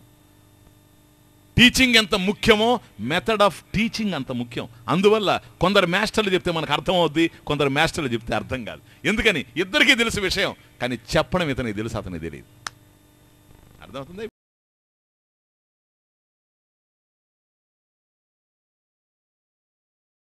అనుభవంలో ఉంది కనుక.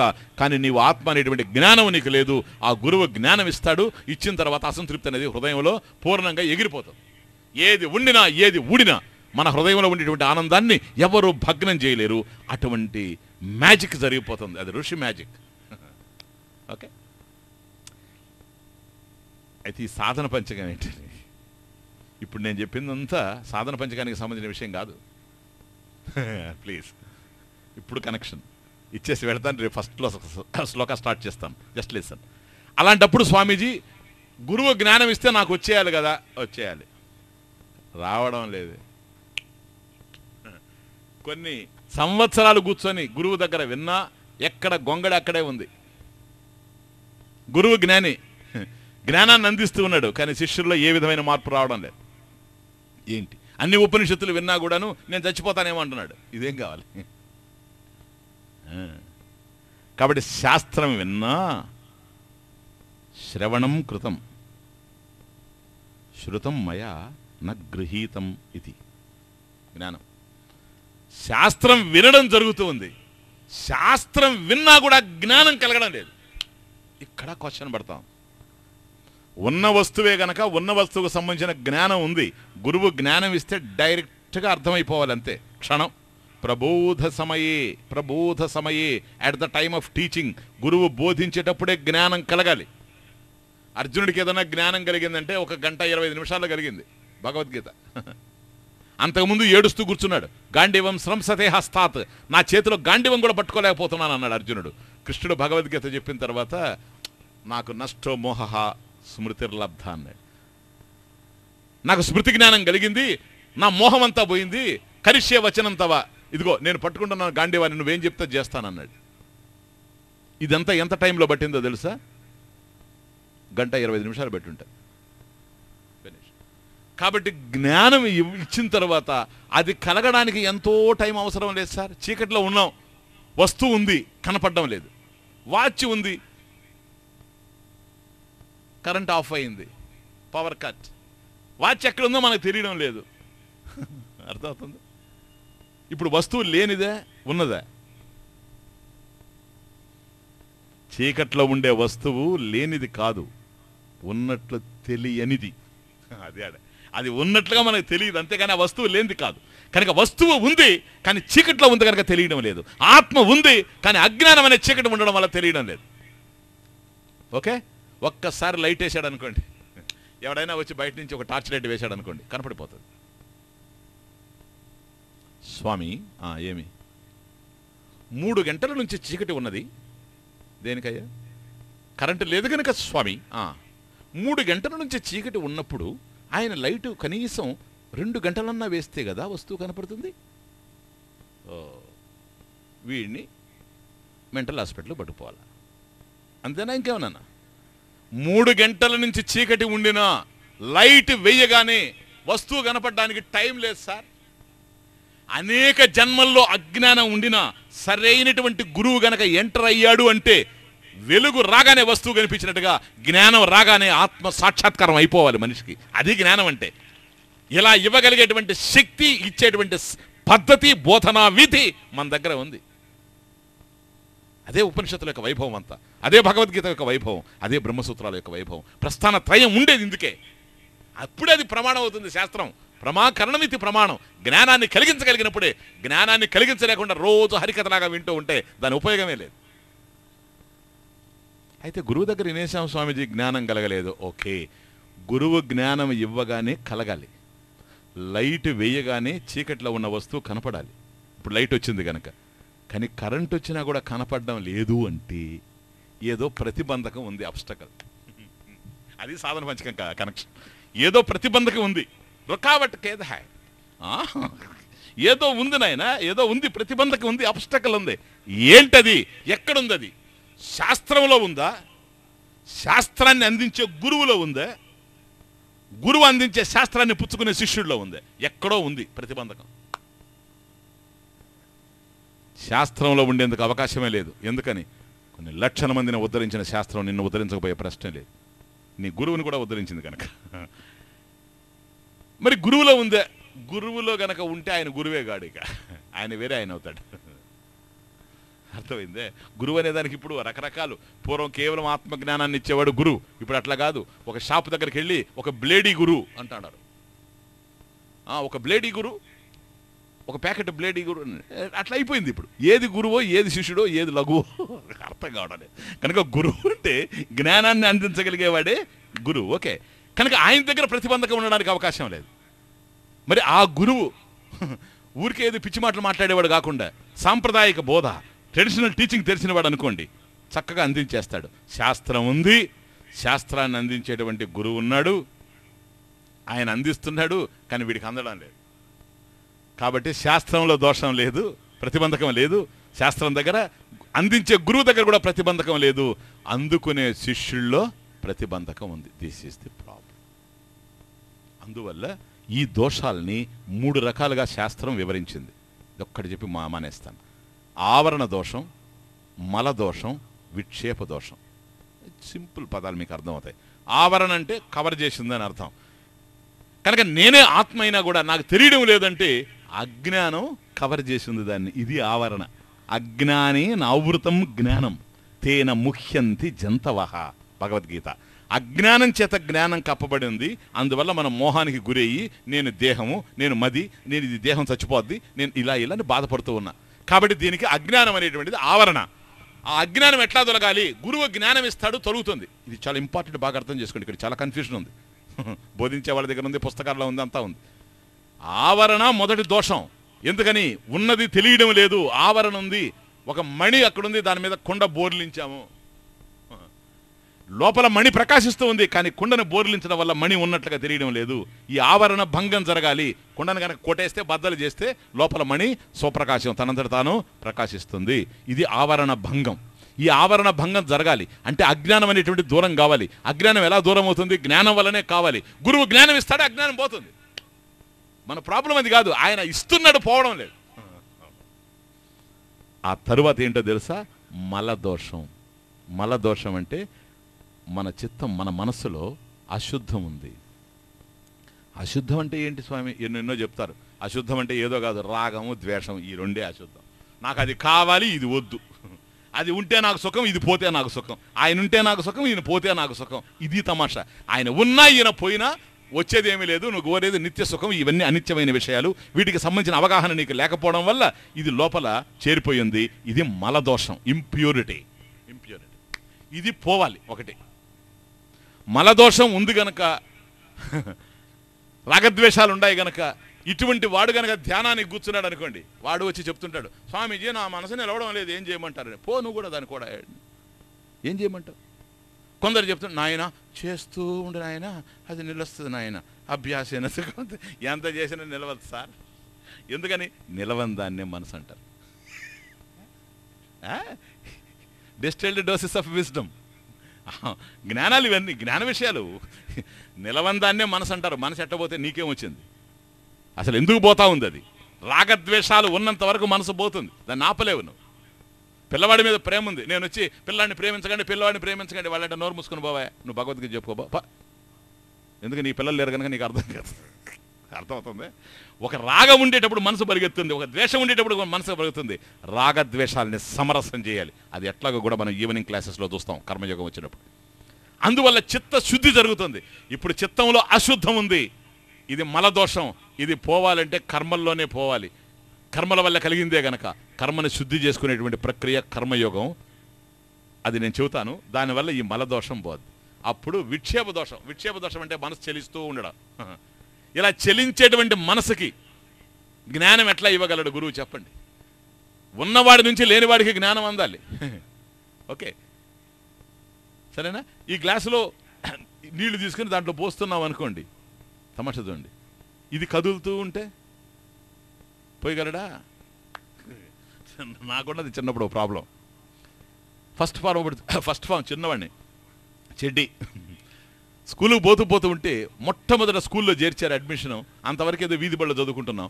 మొట్టమొదట ఫస్ట్ ఫారం హై స్కూల్కి పోవడం. హై స్కూల్కి పోతూ ఉన్న సమయంలో మార్గ మధ్యలో ఒకటి చూశాను. అంతవరకు ఎప్పుడు పోలేదు అట్లా. ఏంటంటే ఒక టీ బంక్ ఉంది అక్కడ, ఒక కాఫీ హోటల్. అక్కడ ఒకడు ఇలా గ్లాస్ పెట్టుకొని రెండో గ్లాస్ తీసుకొని ఇలా పోస్తూ, నాకు అది పెద్ద మిరకల్ ఆ రోజులు. అమేజింగ్. చిన్నప్పుడు అట్లాగే ఉంటాయి అన్నీ. అబ్బా ఇది ఇక్కడుంది, ఇలా అంటున్నాడు. అంత దూరం పోతుంటే కూడా నేరుగా పడతా ఉంది దాంట్లో, ఇక పోవడం లేదే అని అక్కడనే నిలబడుకొని చాలాసేపు చూసేది. పోయేటప్పుడు చూసేది, వచ్చేటప్పుడు చూసేది. 4 రోజులు అయింది. ఆ తర్వాత ఏంటంటే స్కూల్ నుంచి రాగానే ఇక ఆడుకునేది లేదు. 2 గ్లాసులు ఎత్తుకునేది, తొట్టి దగ్గర పోయేది. తొట్టి దగ్గర పోయి పోస్తూ ఉండి ఎంత పోసినా పోతానే ఉండదు. కింద పోతుందే కానీ దాంట్లో పడడం లేదు. మా అమ్మకి డౌట్ వచ్చింది ఒకసారి, ఏంటి ఇంతకుముందు రాగానే ఏదో మాట్లాడేవాడు, లేదంటే పిల్లలతో పోయి ఆడుకునేవాడు, ఇప్పుడు ఏంటి పుస్తకాలు ఆడ పడేసి ఇట్టుపోతాడు ఏంటి లోపలికి, ఏం చేస్తూ ఉన్నాడు పెరట్లో అని చెప్పి పాప ఆవిడ వచ్చి చూసింది ఒకరోజు. చూస్తే నేను పోస్తాను. నాయన ఏంటి ఇదే? ఏం లేదమ్మా, నేను అక్కడ చూశాను, అది ఎట్లా పోస్తాడో తెలియదు, ఇంత పైకెత్తాడమ్మా, అంత కరెక్ట్గా వచ్చి దాంట్లో పడిపోద్ది, నేను పోస్తుంటే ఏమీ పడ్డం లేదు. ఆవిడ నవ్వి, అందుకా నువ్వు రోజు ఈ ప్రయత్నం ఇటీ అని ఇలా తీసుకొని, ఆవిడ అట్లా తీసుకొని ఇట్లా పోసింది, కరెక్ట్గా పడిపోయింది. నాకు డౌట్ వచ్చింది, ఈమెకి ఏమన్నా ఉండింది ఒకప్పుడు ఏమన్నా కాఫీ హోటల్ కాదు, ఎందుకంటే ఎట్లా పోయగలిగిందని. నేను ఇక ఆవిడని పట్టుకుని, ఆవిడంటది ఇది చాలా రహస్యం లేదు, మంత్రం. నేను ఆవిడ కుంకుమ పట్టుకొని నాకు చెప్పు, నాకు మంత్రం చెప్పు, మంత్రం చెప్పు. ఆవిడంటది ఆ పని చేయి చెప్తా, ఈ పని చేయి చెప్తా, అది చదువు చెప్తా, ఇది చదువు చెప్తా చేసి ఆవిడ చెప్పిందంతా చేసి. ఎందుకంటే గురువు దగ్గర విద్య ఒరిజినల్ గురువు. కొంతకాలం అయిన తర్వాత 2-3 రోజులు ఏడిపించి అవతల తెప్పి, ఏం లేదు నాయన నీకెందుకు పడ్డం లేదంటే నేను పోయడం తప్పు అంటాను, నువ్వు పోయడం కరెక్ట్గా ఉంది, వచ్చిన బాధ ఏంటంటే ఇది పైకెత్తావు కాదు, ఇలా పోస్తున్నావు, దీన్ని కదిలించవచ్చు కానీ ఇది కదలకూడదు, నువ్వు ఇటు ఎట్లా. కాబట్టి ఇది కదలకుండా ఉండాలి, అది ఎంత కదిలినా పర్వాలేదు, కరెక్ట్గా వచ్చి పడుతుంది. కనుక గురువు ఎంత చెలించినా పర్వాలేదు కానీ బోధించడంలో వీడు కదలకుండా ఉండాలి సార్, అప్పుడే వచ్చి పడుతుంది. అలా కదలడం ఏదైతే ఉందో అది విక్షేపం, ఆసిలేషన్. విక్షేపం అంటే ఆసిలేషన్. ఫ్యాన్లో ఆసిలేషన్ పెట్టండి అంటే ఏంటి, అది పోతుంది. This is oscillation. ఇప్పుడు మన మనసు ఫ్యాన్ కన్నా ఘోరం అయిపోయింది, ఆసిలేషన్. ఆయన ఏం చెప్తున్నా అర్థం కాదు, మన మనసు ఎక్కడెక్కడో తిరుగుతూ ఉంటుంది. ధ్యానానికి కూర్చుంటాం, ధ్యానం అర్థం కాదు, ఇది అర్థం కాదు, అది అర్థం కాదు. గురువు దగ్గర జ్ఞానం ఇస్తాను అర్థం కావాలి, ఈ లోపల ఈయనకి ఎక్కడికెక్కడికో పోద్ది మనసు, నాకేం అర్థం కాలేదంటాడు, మళ్ళీ చెప్పమంటాడు. అర్థమవుతుంది? దీనికి కారణం విక్షేప దోషం. సో 3 దోషాలు. నీవే ఆత్మవి, ఆత్మ జ్ఞానం నీకు కలగాలి. ఆత్మ జ్ఞానం కలిగితే మన జీవితంలో ఇక దుఃఖం అనేది లేదు, కన్నీళ్ళు అనేటువంటివి లేవు. ఆత్మ జ్ఞానం గురువు ఇస్తాడు, నీకు కలుగుతుంది. బట్ ఈ 3 దోషాలు ఉన్నాయి. మొదటిది ఆవరణ, అది నీ చేతిలో లేదు, గురువు చేతిలోనే ఉంది. ఆయన జ్ఞానం ఇస్తాడు, అజ్ఞానం పోతుంది. ఓకే, ఆయన గురువు ఇస్తున్నా నీకు పోవడం లేదంటే ఈ మలదోషం, విక్షేప దోషం ఉంది. ఈ మలదోషం అనేటువంటి దాన్ని, రాగద్వేషాలే గనక కర్మయోగంలో దీన్ని పోగొట్టుకోవాలి. విక్షేప దోషం ఏదైతే ఉందో ఇది ఉపాసన ద్వారా పోగొట్టుకోవాలి. అందుకు ధ్యానం. ఇప్పుడు అర్థమవుతుంది? ఉపాసన, ధ్యానం, పూజ, జపం ఇవన్నీ అవే. కర్మోపాసనాదేహే చిత్తశుద్ధి. కాబట్టి ఈ ప్రపంచంలో కర్మలు చేయడం, పూజలు చేయడం, ధ్యానాలు చేయడం, జపాలు చేయడం అన్ని దేనికోసమో తెలుసా? ఆత్మను తెలుసుకోవడానికి కాదు, చిత్తశుద్ధికి. చిత్తస్య శుద్ధయే కర్మ నతు వస్తూపలబ్ధయే. చిత్తశుద్ధి కోసమే మనం ఈ కర్మలు చేయాలి కానీ ఆత్మను పొందడం కోసం కాదు. నతు వస్తూపలబ్ధయే. ఎందుకని? వస్తువు ఉన్నదే నువ్వే, అది జ్ఞానం వల్లనే రావాలి, జ్ఞాతవ్యం, కర్తవ్యం కాదు. కాబట్టి సాధనలు ఇప్పుడు ఏం చెప్తున్నారు అందరూ, నాయనా నువ్వు ధ్యానం చేస్తే నీకు ఆత్మ సాక్షాత్కారం అవుద్ది. ఇప్పుడు అర్థమైందే మీకు? ధ్యానం చేస్తే ఆత్మ సాక్షాత్కారం కాదు సార్. ఎందుకని? ధ్యానం కర్మ సార్, మానస కర్మ ధ్యానం, కాయక కర్మ పూజ, వాచక కర్మ జపం. దేహంతో చేస్తే అది పూజ, వాక్కుతో చేస్తే అది జపం, మనసుతో చేస్తే అది ధ్యానం. కాబట్టి మానస కర్మ, మనసుతో చేసే కర్మ, కర్మ వల్ల నీకు వస్తుంది అనంతమైనటువంటి ఆనందం, కర్మ వల్ల నీకు కలుగుతుందా నిత్య తృప్తి. అందుకని ఇదంతా డిస్కస్ చేశాను. కాబట్టి ఇవన్నీ దేనికోసము? చిత్తస్య శుద్ధయే. కనుక గురువు అందిస్తున్న జ్ఞానం మనకు అందడం లేదంటే మనకు చిత్తశుద్ధి లేదు. చిత్తశుద్ధి కనుక ఉండిందా విశుద్ధం ప్రసన్నం ఆత్మావలోకన క్షమం భవతి, గీతా భాష్యం. కనుక మనసు కనుక ప్రసన్నమైందే, మనసులో రాగద్వేషాలు సమరసమైపోయినాయా, లైక్స్ అండ్ డిస్లైక్స్, ఒక ఏకాగ్రత వచ్చేసిందే, గురువు అందిస్తాడు, వెంటనే అందిపోతుంది. ఇమ్మీడియట్ అవేర్నెస్ ఉన్నదే గనక వెంటనే తెలిసిపోతుంది. కనుక ఆ గురువు అందించిన జ్ఞానం నిలవడం కోసంగా ఇవన్నీ మనం చేసుకుంటూ పోవాలి. ఇప్పుడు సాధన 2 రకాలైంది. ప్రాప్తస్య ప్రాప్తి, అప్రాప్తస్య ప్రాప్తి. లేనిదాన్ని పొందడం, ఉన్నదాన్ని పొందడం. ఉన్నది ఏమిటి? ఆత్మ. దాన్ని పొందాల్సిన అవసరం లేదు, తెలుసుకోవాలి. అది గురువు ఇస్తాడు, నీకు తెలిసిపోతుంది. ఆయన ఇచ్చినా నీకు తెలియడం లేదంటే ఇప్పుడు లేని దాన్ని పొందాలి. ఆ లేనిది ఏమిటో తెలుసా? చిత్తశుద్ధి లేదు, మనకు నైశ్చల్యం లేదు, చిత్త నైశ్చల్యం లేదు. ఈ రెండింటిని పొందాలి. చిత్తశుద్ధి కోసం కర్మయోగం, చిత్త నైశ్చల్యం కోసం ధ్యానము, ఉపాసనలు, ఇవన్నీ కూడాను. ఇవి చేసుకుంటూ ఉంటే ఒక దశలో మనసు శుద్ధి పడుతుంది, గురువు జ్ఞానం ఇవ్వగానే అర్థమవుతుంది. ఇది సెకండరీ టైప్ ఆఫ్ సాధన. ఇది సాధన పంచకం. కనుక గురువిచ్చేటువంటి జ్ఞానాన్ని మనం అందుకోలేకపోతున్నాం. దాన్ని అందుకోవాలి అంటే చిత్తశుద్ధి ఉండాలి, నంబర్ 1. చిత్త నైశ్చల్యం ఉండాలి, నంబర్ 2. మల విక్షేప దోషాలు 2 లేకుండా పోవాలి. ఆ 2 లేకుండా పోవాలంటే మనం సాధనలు చేయాలి. ఇది కర్తవ్యం. అది కర్తవ్యం కాదు, అది జ్ఞాతవ్యం. బాగా అర్థం చేసుకోండి డిఫరెన్స్. గురువిచ్చే జ్ఞానం జ్ఞాతవ్యం. అక్కడ నువ్వేం చేయాల్సిన అవసరం లేదు. నువ్వు కామ్గా కూర్చుంటే చాలు, జ్ఞానం ఇచ్చేస్తాడు, వచ్చేస్తుంది. ఇచ్చినా అందడం లేదంటే అర్హత లేదు. ఆ అర్హతను సంపాదించుకోవడం కోసమే మనం పూజలు చేయాలి, ధ్యానాలు చేయాలి, ఇలా చేయాలి, అలా చేయాలి. మొత్తం ఈ సాధన పంచకంలో 5 శ్లోకాలు ఉన్నాయి. ఒక్కొక్క శ్లోకంలో 8 సాధనలు ఉన్నాయి. మొత్తం 5 శ్లోకాల్లో కలిపి 40 సాధనలు ఉన్నాయి. ఈ 40 సాధనలను మనం డిస్కస్ చేస్తాం ఈ 6 రోజులు. ఈ 40 సాధనలు వచ్చిన తర్వాత ఈ మార్గంలో కనుక మనం జీవిస్తే మన చిత్తశుద్ధి ఉంటుంది, ప్రశాంతంగా చిత్త నైశ్చల్యం ఉంటుంది, గురువు ఇచ్చేటువంటి జ్ఞానాన్ని అందుకుంటూ ఉంటాం. ఏ జ్ఞానం అది? ఆత్మ జ్ఞానం. పరమాత్మ ఎవరు? ఆత్మ కన్నా భిన్నమైన వాడు కాదు, ఆత్మే పరమాత్మ.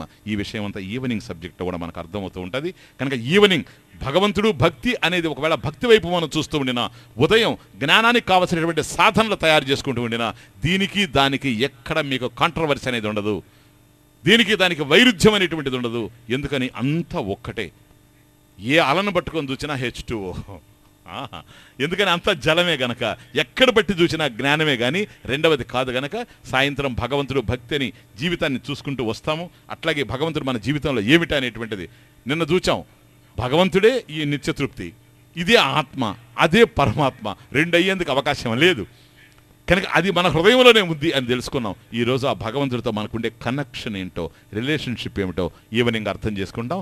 రేపు ఉదయం వచ్చినప్పుడు ఫస్ట్ శ్లోకాన్ని నేను స్టార్ట్ చేస్తాను. వేదో నిత్యమధీయతాం తదుదితం కర్మ స్వనుష్ఠీయతాం తేనేశస్య విధీయతాం అపచితి కర్మేమతిస్త్యజ్యతాం. ఈ విధంగా ఒక్కొక్క చూస్తూ పోతాము. మీ దగ్గర బుక్స్ ఉన్నాయి కనుక రేపు నేను చెబుతూ కూడా మళ్ళీ మీ దగ్గర రిపీట్ చేయిస్తాను. అది ఒక్కొక్కటి తీసుకొని నేను ఎక్స్ప్లెయిన్ చేస్తూ ఉంటాను. 7 రోజుల యజ్ఞంలో సాయంత్రం 7 రోజులు వస్తాయి, ఉదయం 6 రోజులే వస్తాయి. కనుక 6 రోజుల్లో ఫస్ట్ డే ఇంట్రొడక్షన్ చూచాము. ఈరోజు ఇంకా 5 శ్లోకాలు ఉన్నాయి. రోజు ఒక్క శ్లోకం చొప్పున చివరికి 5 శ్లోకాలు పూర్తి అవుతాయి సాధన పంచకం. మళ్ళీ రేపు మార్నింగ్ 6 o'clockకి ఫస్ట్ శ్లోక స్టార్ట్ చేస్తాం. ఓం పూర్ణమదః పూర్ణమిదం పూర్ణాత్ పూర్ణముదచ్యతే పూర్ణస్య పూర్ణమాదాయ పూర్ణమేవావశిష్యతే. ఓం శాంతి శాంతి.